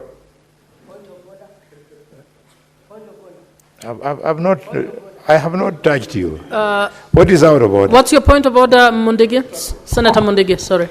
Bwana Spika, nataka kusema Bwana Karware, either mtu ni wa Munyoro ama ni wa chama gani, tukiwa hapa Tuo County 47. Kwa hivyo kama Senator ayuko hapa, Senator wa Murang'a umesema Senator Mundigi. Nataka ni yes. Senator Mundigi, can you explain what you're saying? What is Munyoro wa Munyoro and what is your point of order? Ni Senator Karware amesema mambo ya hii county 11 tunataka tuongezewe pesa, na county senator wengine hawa 11 wengine wako kwa Munyoro. Sasa nataka nimwambie Tuo County 47 hatuko mambo ya Munyoro ama si wa Munyoro, hiyo ndio nataka nimfahamishe. Senator Khalwale, can you withdraw your reference to Wamunyoro? We don't know, this House does not know what that means. In fact, Madam Speaker, I wish I had commenced my debate in Swahili. Madam Speaker, if you allow me quote unquote, pengine kama ningefanya hivyo, Mheshimiwa Senator wa Embu angenielewa. Senator Khalwale, I'll give an exception to this. Can you explain in Kiswahili for the Senate? Madam Speaker, Mheshimiwa Senator wa Embu angenielewa. Sikuwa nafanyia seneta wa Nyandarua madharau.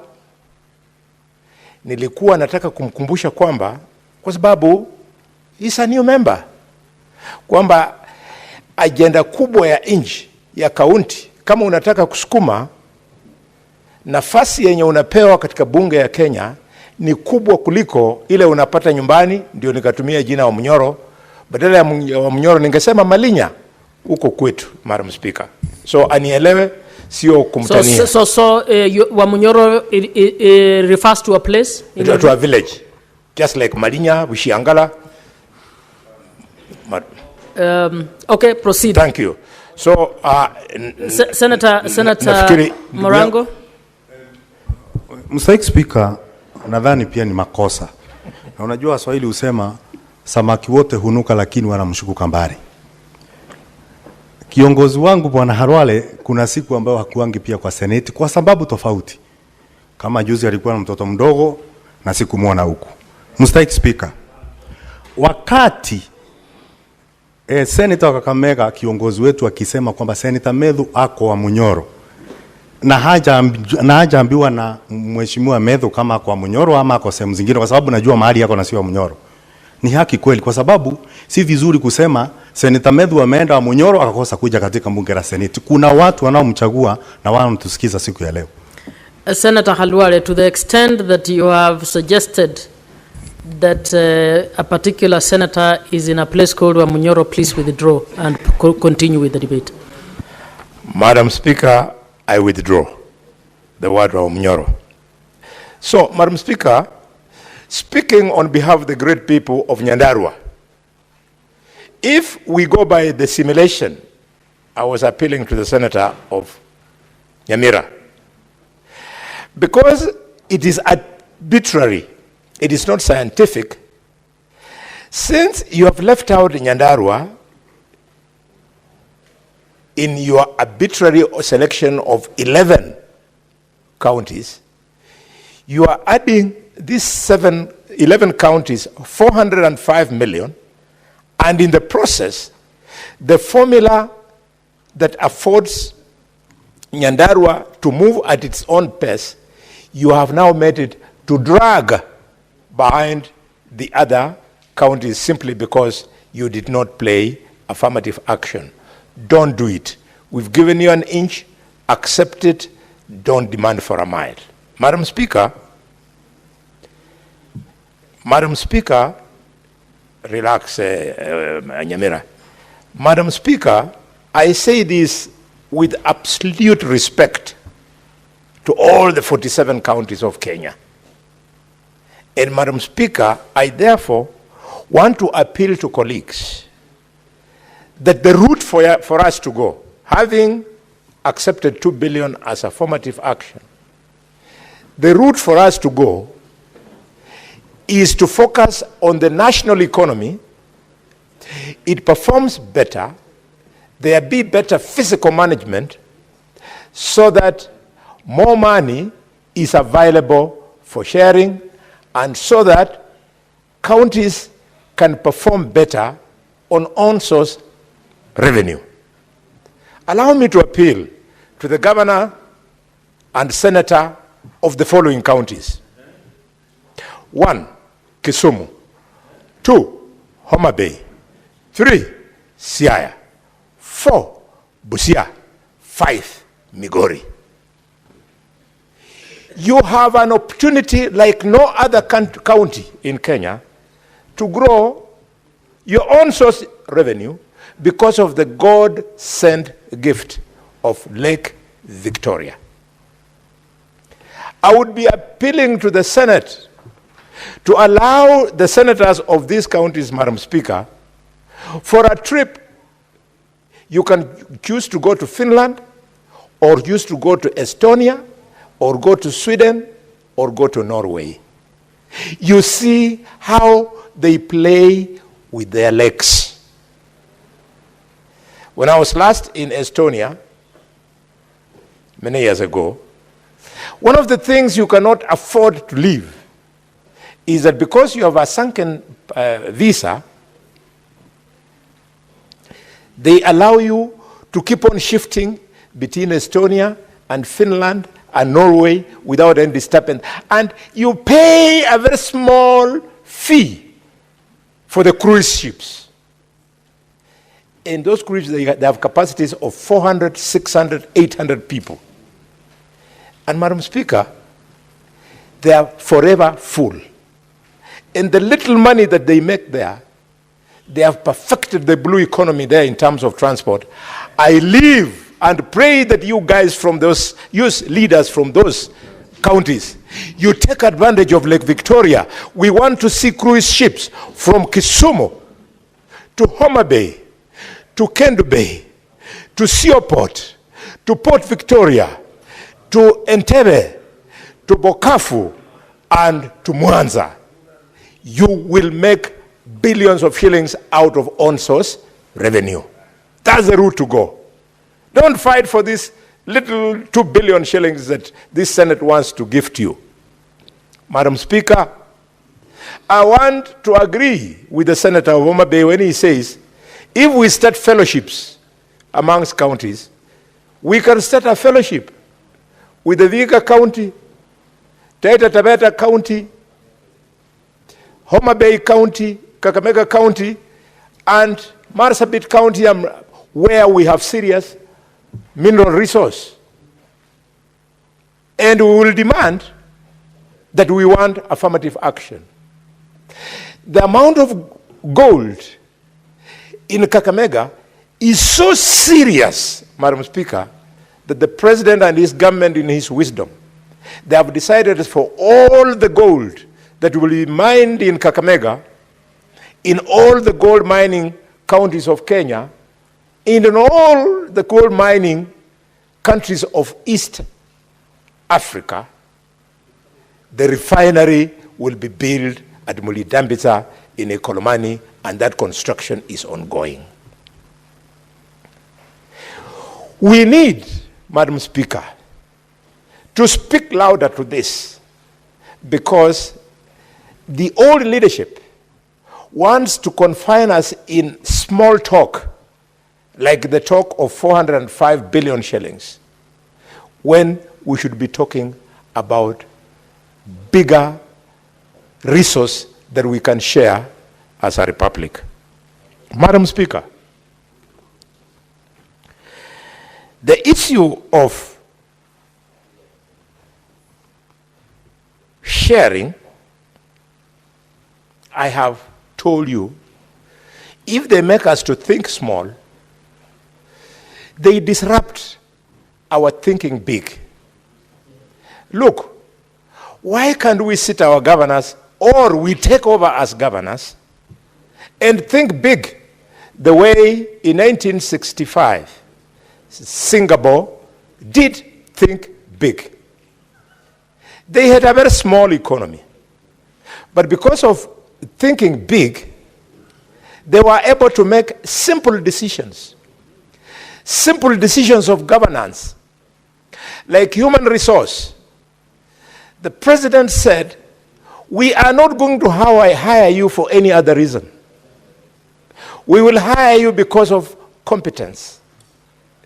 In Kenya today, like many other failing African countries, we should change professionals so as to hire relatives, so as to hire friends, so as to hire members of our families, The end result, Madam Speaker, is that our professionals working in the same system who are denied promotion, they become disenfranchised and they don't perform. We have a great chance today.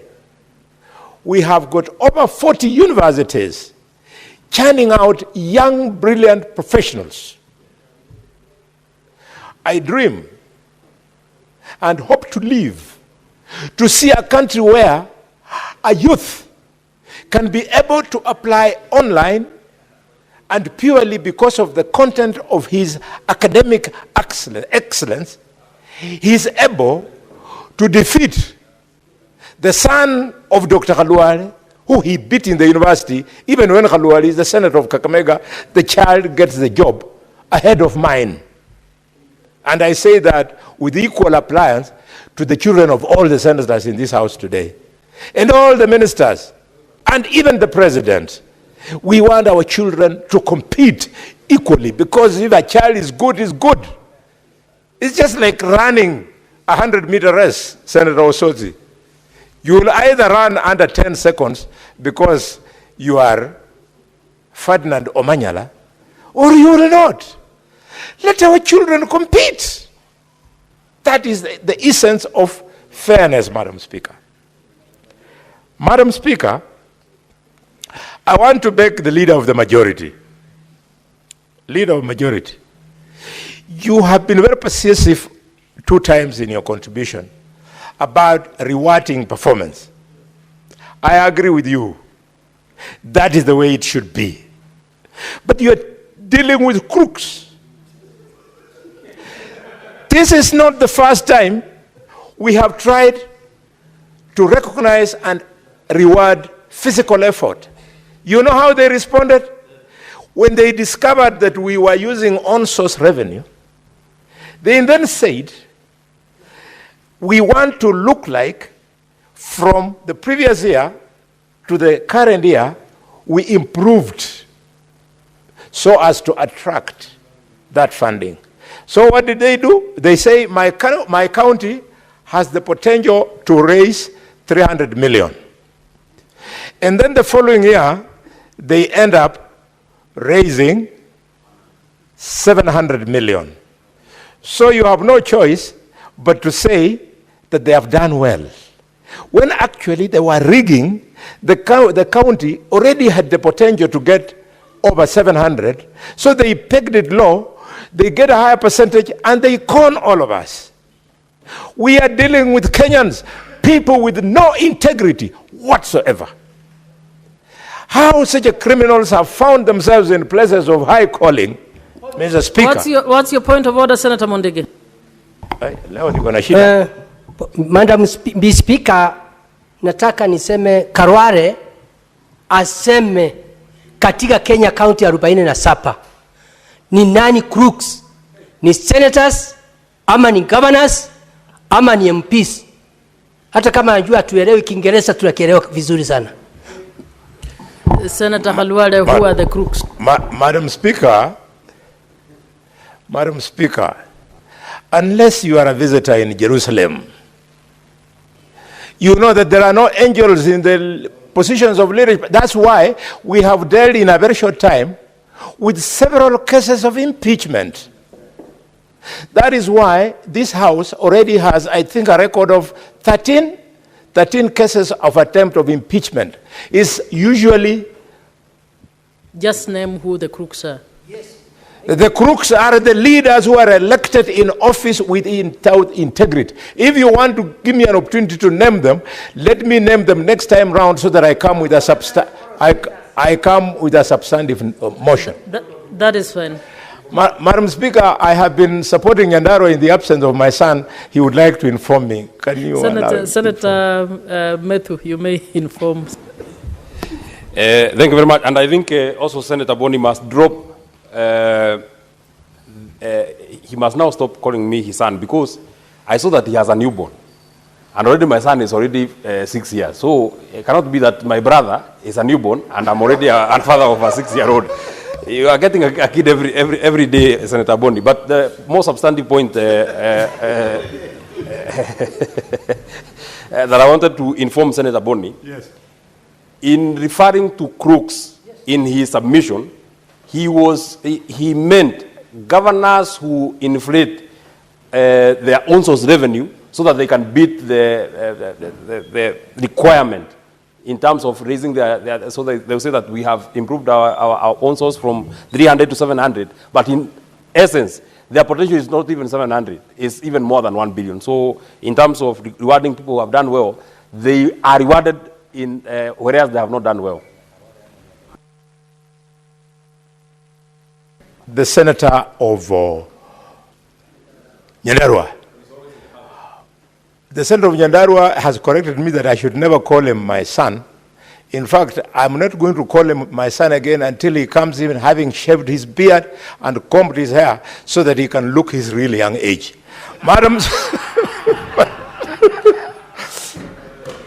Speaker, as I thank you for that information, distinguished senator from Nyandarua, I wish the standing orders would have allowed you to speak to the senator of Embu in Kikuyu, Kiembu, and Kimeru. I was not brought here to come and teach you. Order, Senator Halwale, can you finish your recommendation? Debate. Your time is up, actually. Senator Osotsi. Thank you, Madam Speaker. Madam Speaker, first of all, I stand here to support the amendments by Senator for Nyamira and say that the amendments proposed by Senator of Nyamira is a product of negotiations. It is not his own amendments. It is as a result of negotiations. We sat down with the chair of the Committee for Finance.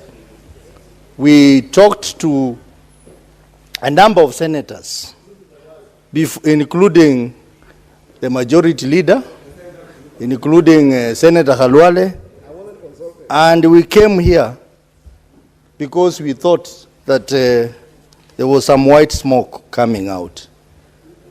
Madam Speaker, when we talk about the formulas, remember now, we have 4 formulas now. We have the formula proposed by the Commission for Revenue Allocation. We have the initial formula that was proposed by the Finance Committee, and we have an amended formula by the Finance Committee, which was proposing that the formula be amended so that the 11 counties share an additional 2 billion shillings. And then now we have Senator Omogeni's amendment, which is proposing that instead of the 2 billion that the Finance Committee is proposing, we increase it to 4.5 billion. And Mr. Speaker, every member who has been standing here has not categorically opposed the amendment by Senator Omogeni. What they have been asking us is to justify these amendments. And I want to justify by saying that I happen to have contributed to the initial motion on this matter, where I clearly indicated that the formula proposed by CRA seemed to have favored the so-called smaller counties in a fundamental way. And I said that, for example, Elgeyo Marakwet was gaining 150 million under the CRA. Isiolo was gaining 900 million under CRA. Kirinyaga, Lamu, was gaining about 400 million by CRA compared to the committee. The Laikipia was gaining about 210 million by CRA. Nyamira was gaining about 90 million by CRA. Taita Taveta was gaining 240 million by CRA. Tharaka Nithi was gaining 270 by CRA. Vihiga was gaining 350 by CRA, and Samburu was gaining about 300 million by CRA.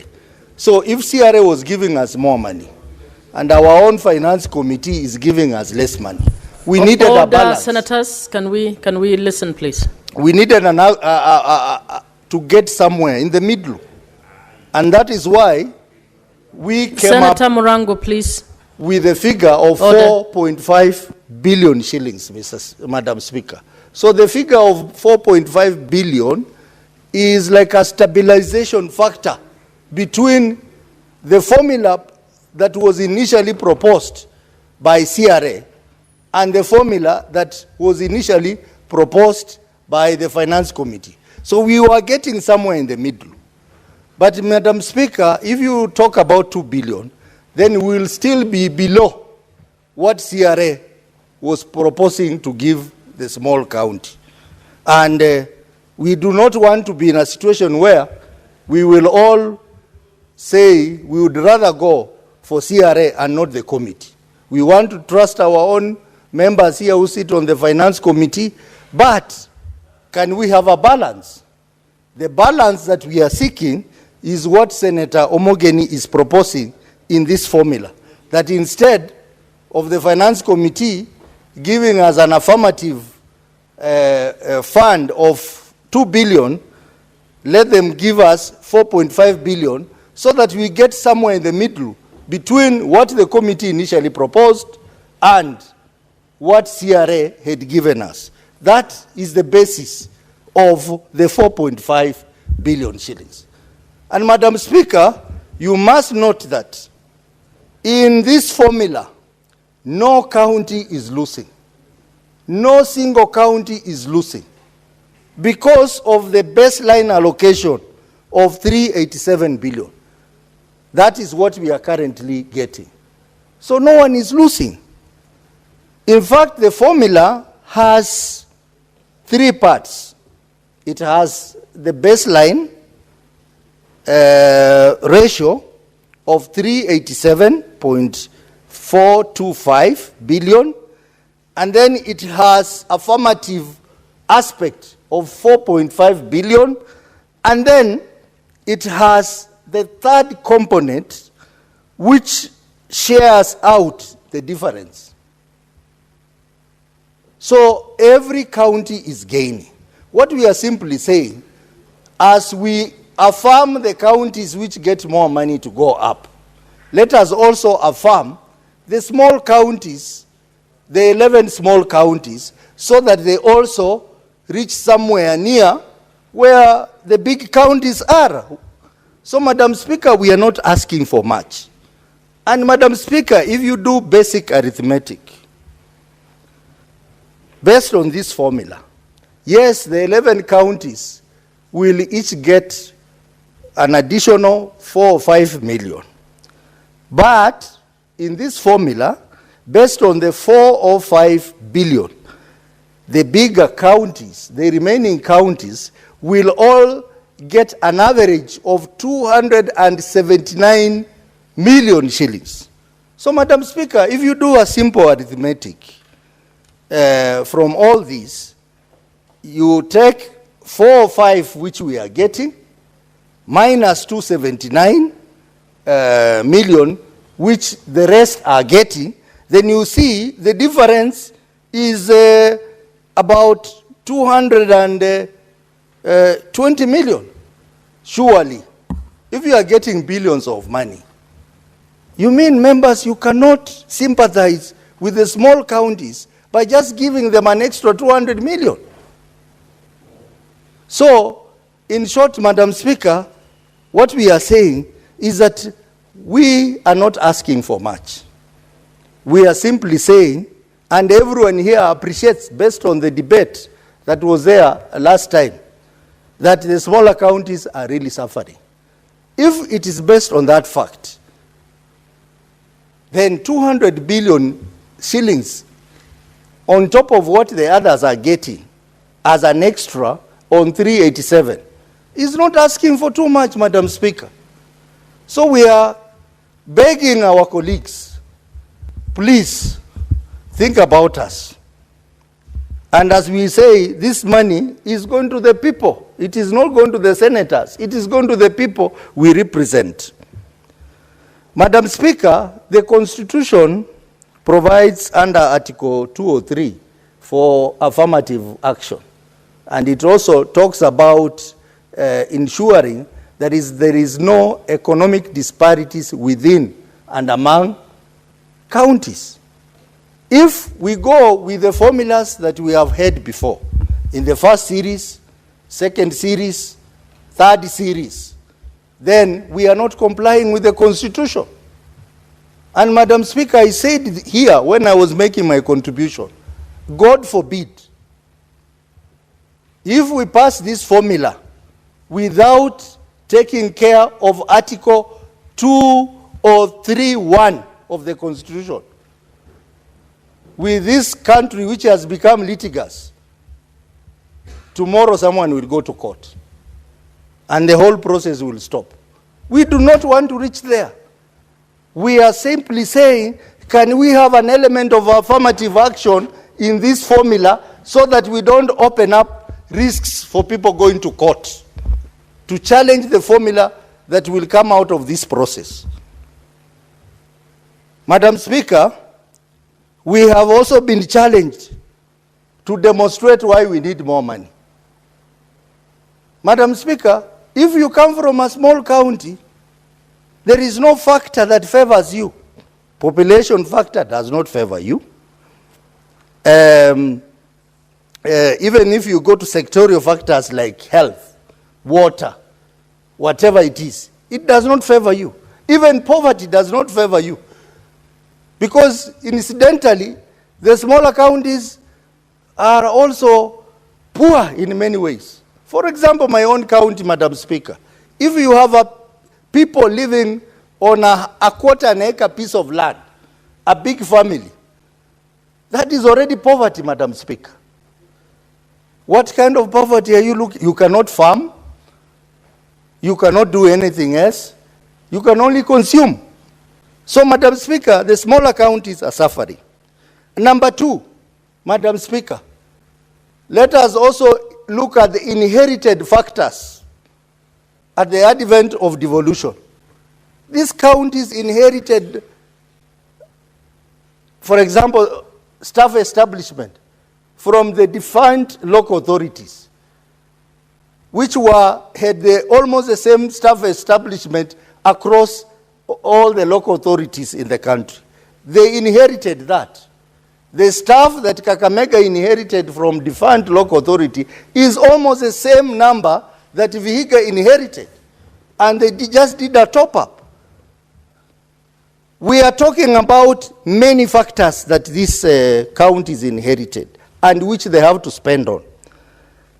Madam Speaker, I also want to refer members to other jurisdictions that do this kind of thing, that have strong devolution. And I'll pick an African example. If you go to Nigeria, they have been doing revenue sharing since 1954, even before they got independence.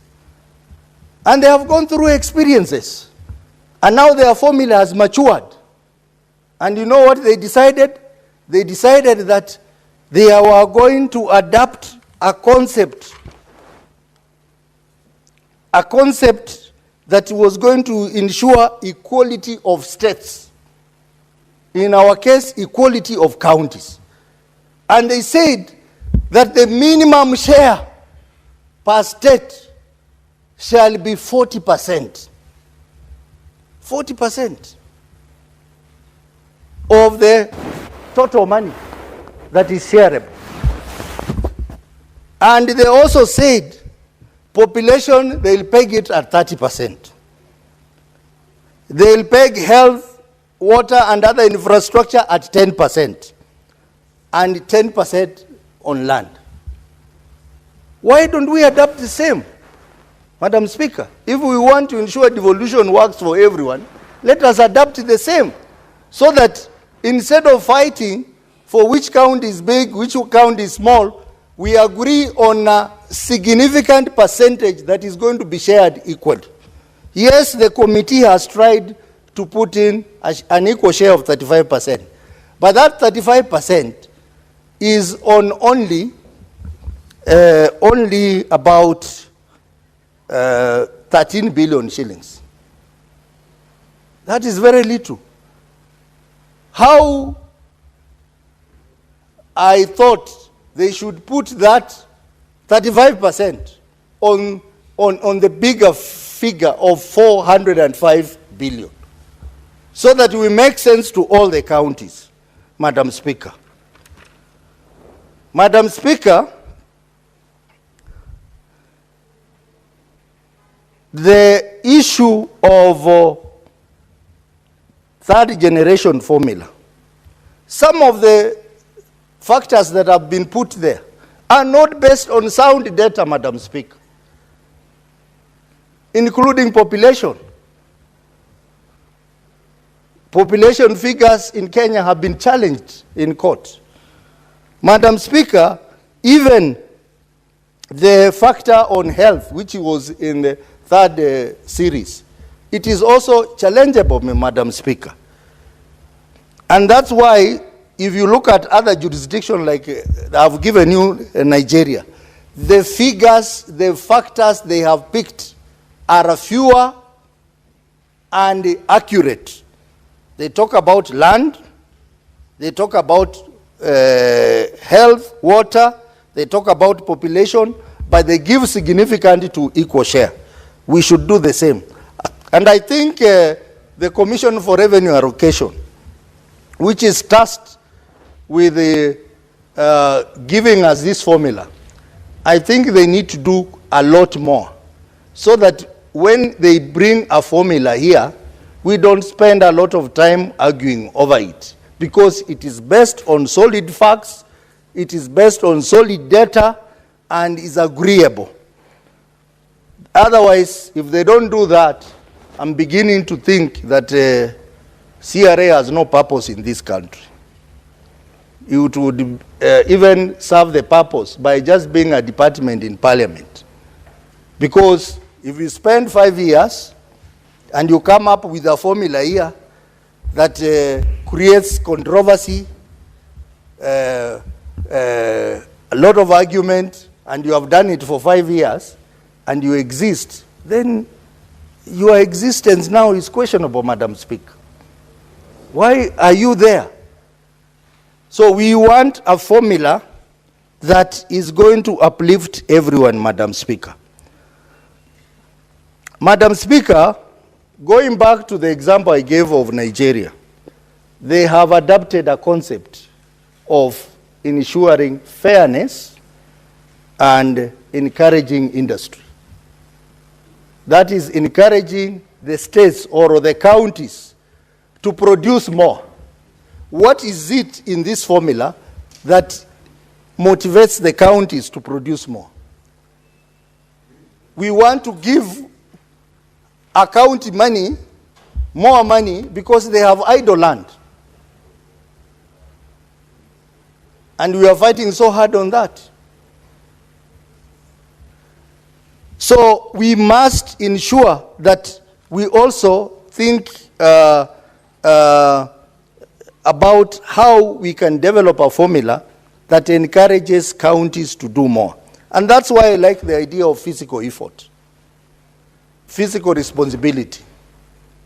What effort are counties doing to generate on-source revenue? What efforts are counties doing to ensure there is physical discipline?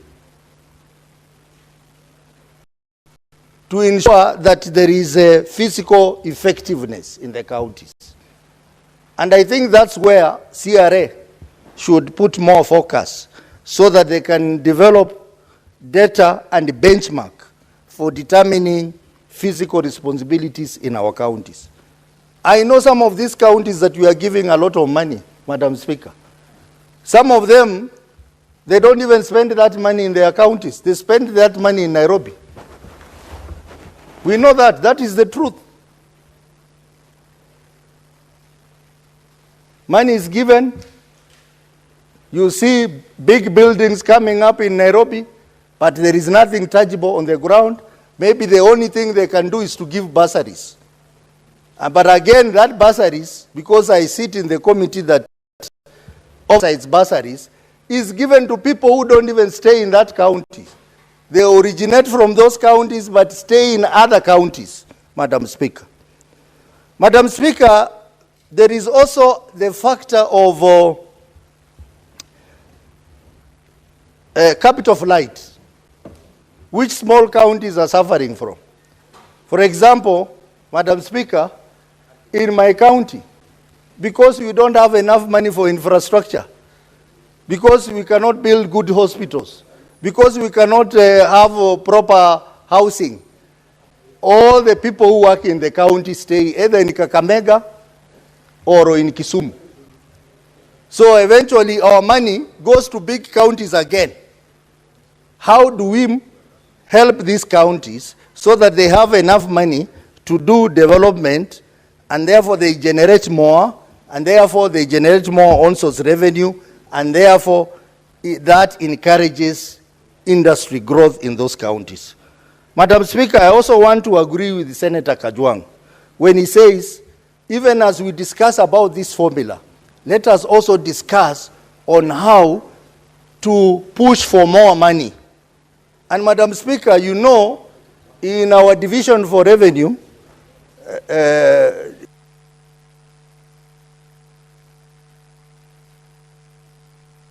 Your time is up.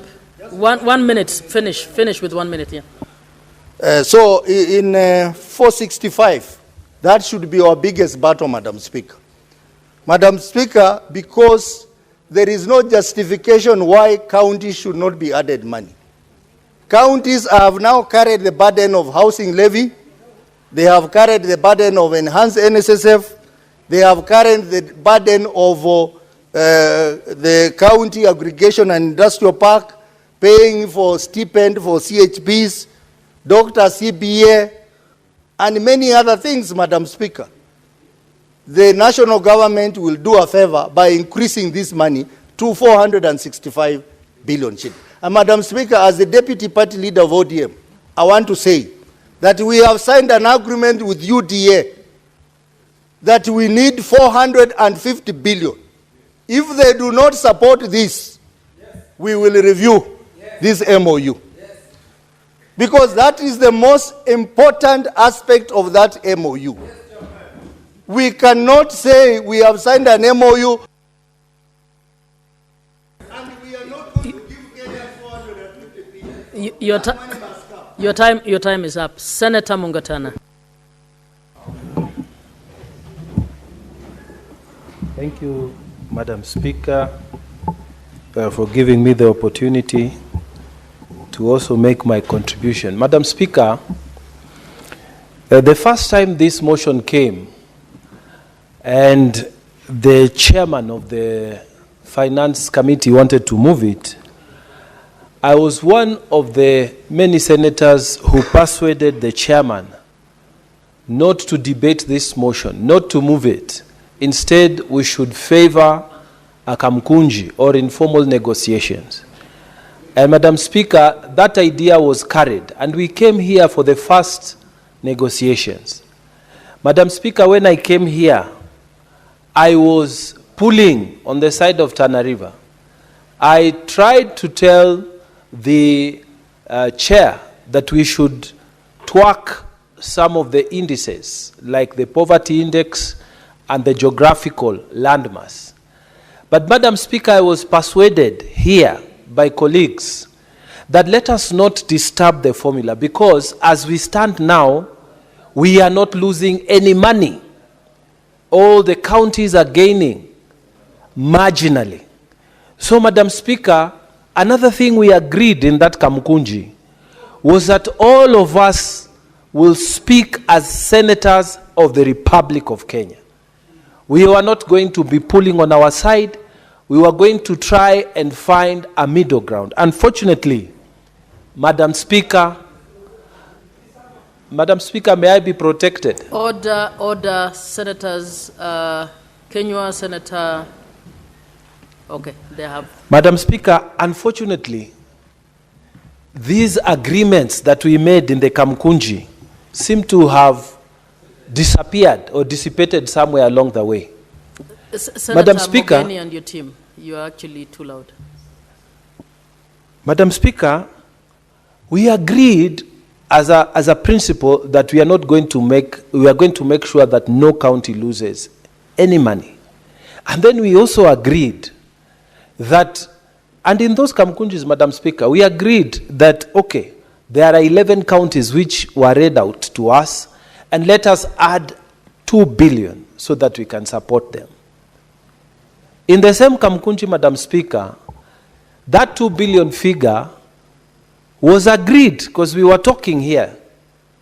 Some people were saying 1, some people were saying 3, some people were saying let's then put it at 2. It was an arbitrary figure that was agreed upon.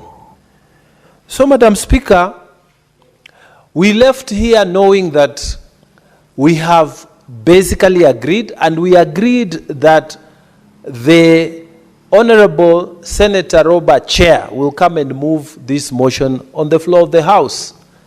And that if anybody has a better idea, then they will do like what Senator Robert did, because Senator Robert brought in a simulation. And so that you can see from county number 1 to county number 47 what exactly we are getting and under which amounts, how much each county is getting. Madam Speaker, I personally felt and very strongly saw that we must support. Everybody must gain. So our younger brothers or the smaller counties, we must support them so that they as a principle, we must support them. And Madam Speaker, even in our custom, and I'm informed by our custom, you don't argue with your younger brother. If you are fighting over land and you are older, it is better for you to leave that piece of land and go and find another piece of land, buy it. But you don't fight with your younger brother. In fact, Madam Speaker, if your younger brother visits you in Nairobi or in your house, he has the laxity or the latitude to sleep in your house if he wants, if he's so inclined.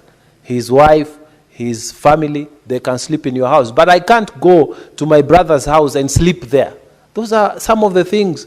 If I go, my wife and children can sleep, but I can't sleep there. This informs the principle that we must take care of our younger brother. It's African. It is what it is. So we agree, absolutely, Madam Speaker, and it is coming from a deep conviction that we must carry everybody together.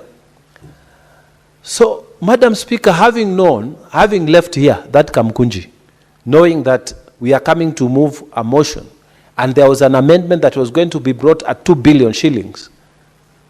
Then, in fact, there was no mention of 4 billion, Madam Speaker. It was at the maximum, it was 3 billion, and the minimum was 1 billion. And we said 2 billion. When we were living here, Madam Speaker, I was very happy because I was sure we have agreed on something. So, Madam Speaker, it came as a shock to me when an amendment was moved. Now we are talking about 4.6 billion, Madam Speaker, more than twice what we had agreed. No basis has been made for that, Madam Speaker.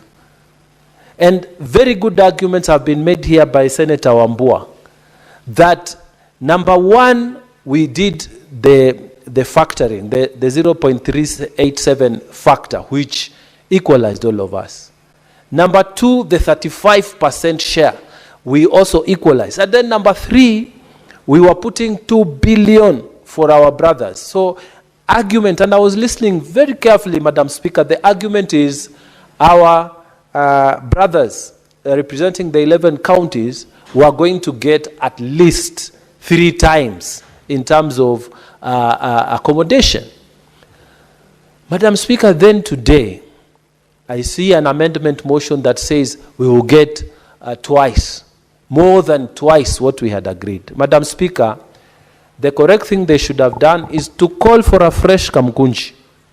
They should have brought simulations here to show us that what they are saying, first of all, will not reduce on what we are supposed to all of us get. And secondly, Madam Speaker, that they are not taking advantage of the fact that we agreed so quickly with them. So, Madam Speaker, my own take is that they are pushing their luck too much.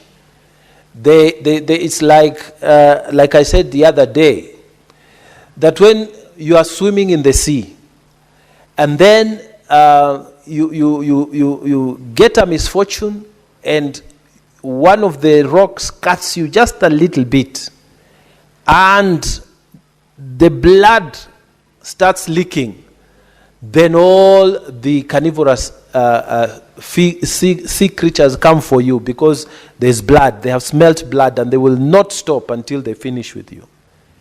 So, Madam Speaker, I'm wondering why this kind of, behavior. Why can't you just be content? We said that let us start with this little bit. In fact, there was no harm in that agreement. I've tried to listen to Honorable Ososi to see if he can move me from where I am.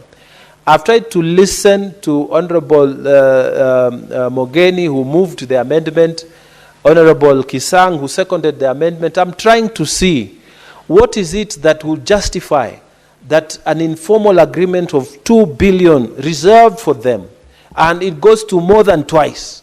I've tried to listen, and Madam Speaker, unfortunately, I have not been convinced.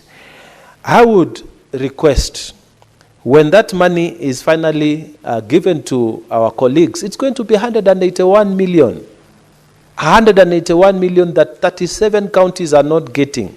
This is 181 million that is going to them. And Madam Speaker, now, as the debates are going on, it is becoming clear that, in fact, some of the so-called small counties are raising revenues of over 1 billion shillings.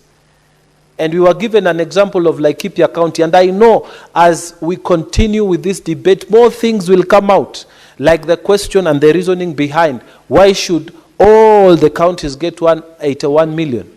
Why can't we now develop another micro formula that justifies, another county getting 200, another one getting 100? And Madam Speaker, people are going to shift positions. We had agreed that we were not going to disturb the formula. But then now, again, the issue of financial responsibility is coming. And people are saying, no, let us twerk the poverty index. So let's cut it by 2%, 2.5. And Madam Speaker, the whole thing is going to open up. Why? Because people are not listening. When you have a deal, take it fast. Hold it. You are not going to convince 37 counties to give you 4 billion. And we had agreed at 2 billion. It's going to be very difficult. And then more things are going to come up, Madam Speaker. This whole thing is going to, in fact, now one of the speakers is even saying that let us stand down this motion, we wait for the mediation, we wait for DORA to be confirmed, we wait for everything. Madam Speaker, we had a deal. The deal was on the table, and we were going to confirm it, and we were going to vote for it, clean heart. And now it is going to debate. It's opening up so many fronts, Madam Speaker. My prayer, and I plead with my colleagues, my prayer is that you step down this push. You allow people to just accommodate what they had taken. They had agreed 181 million for each one of you. They were not questioning many things. They were just saying, we are accommodating on principle. Step down on this. Let's not open all these fronts, Madam Speaker. Let us agree that we are going to reserve that 2 billion. People are now talking about let's ring fence, let's do what? And it's because you are lengthening this thing. You get a deal, run away with it. Madam Speaker, I am begging my colleagues who are in this 11. Now people are even saying we are going to caucus. Now somebody is saying I'm going to add my county in that so that we are 12. Madam Speaker, where will it end? Why can't people just have the wisdom of accepting what we have? I beg to oppose. Honorable Senators, it is now 6:30 p.m. time to adjourn the Senate. Senator Mungatana, if you've not finished, have you finished? I have not finished. I was just cut short, Madam You Speaker. have a balance of 8 minutes. Thank you, Madam The Speaker. Senate stands adjourned until Tuesday, 10th June 2025 at 2:30 p.m.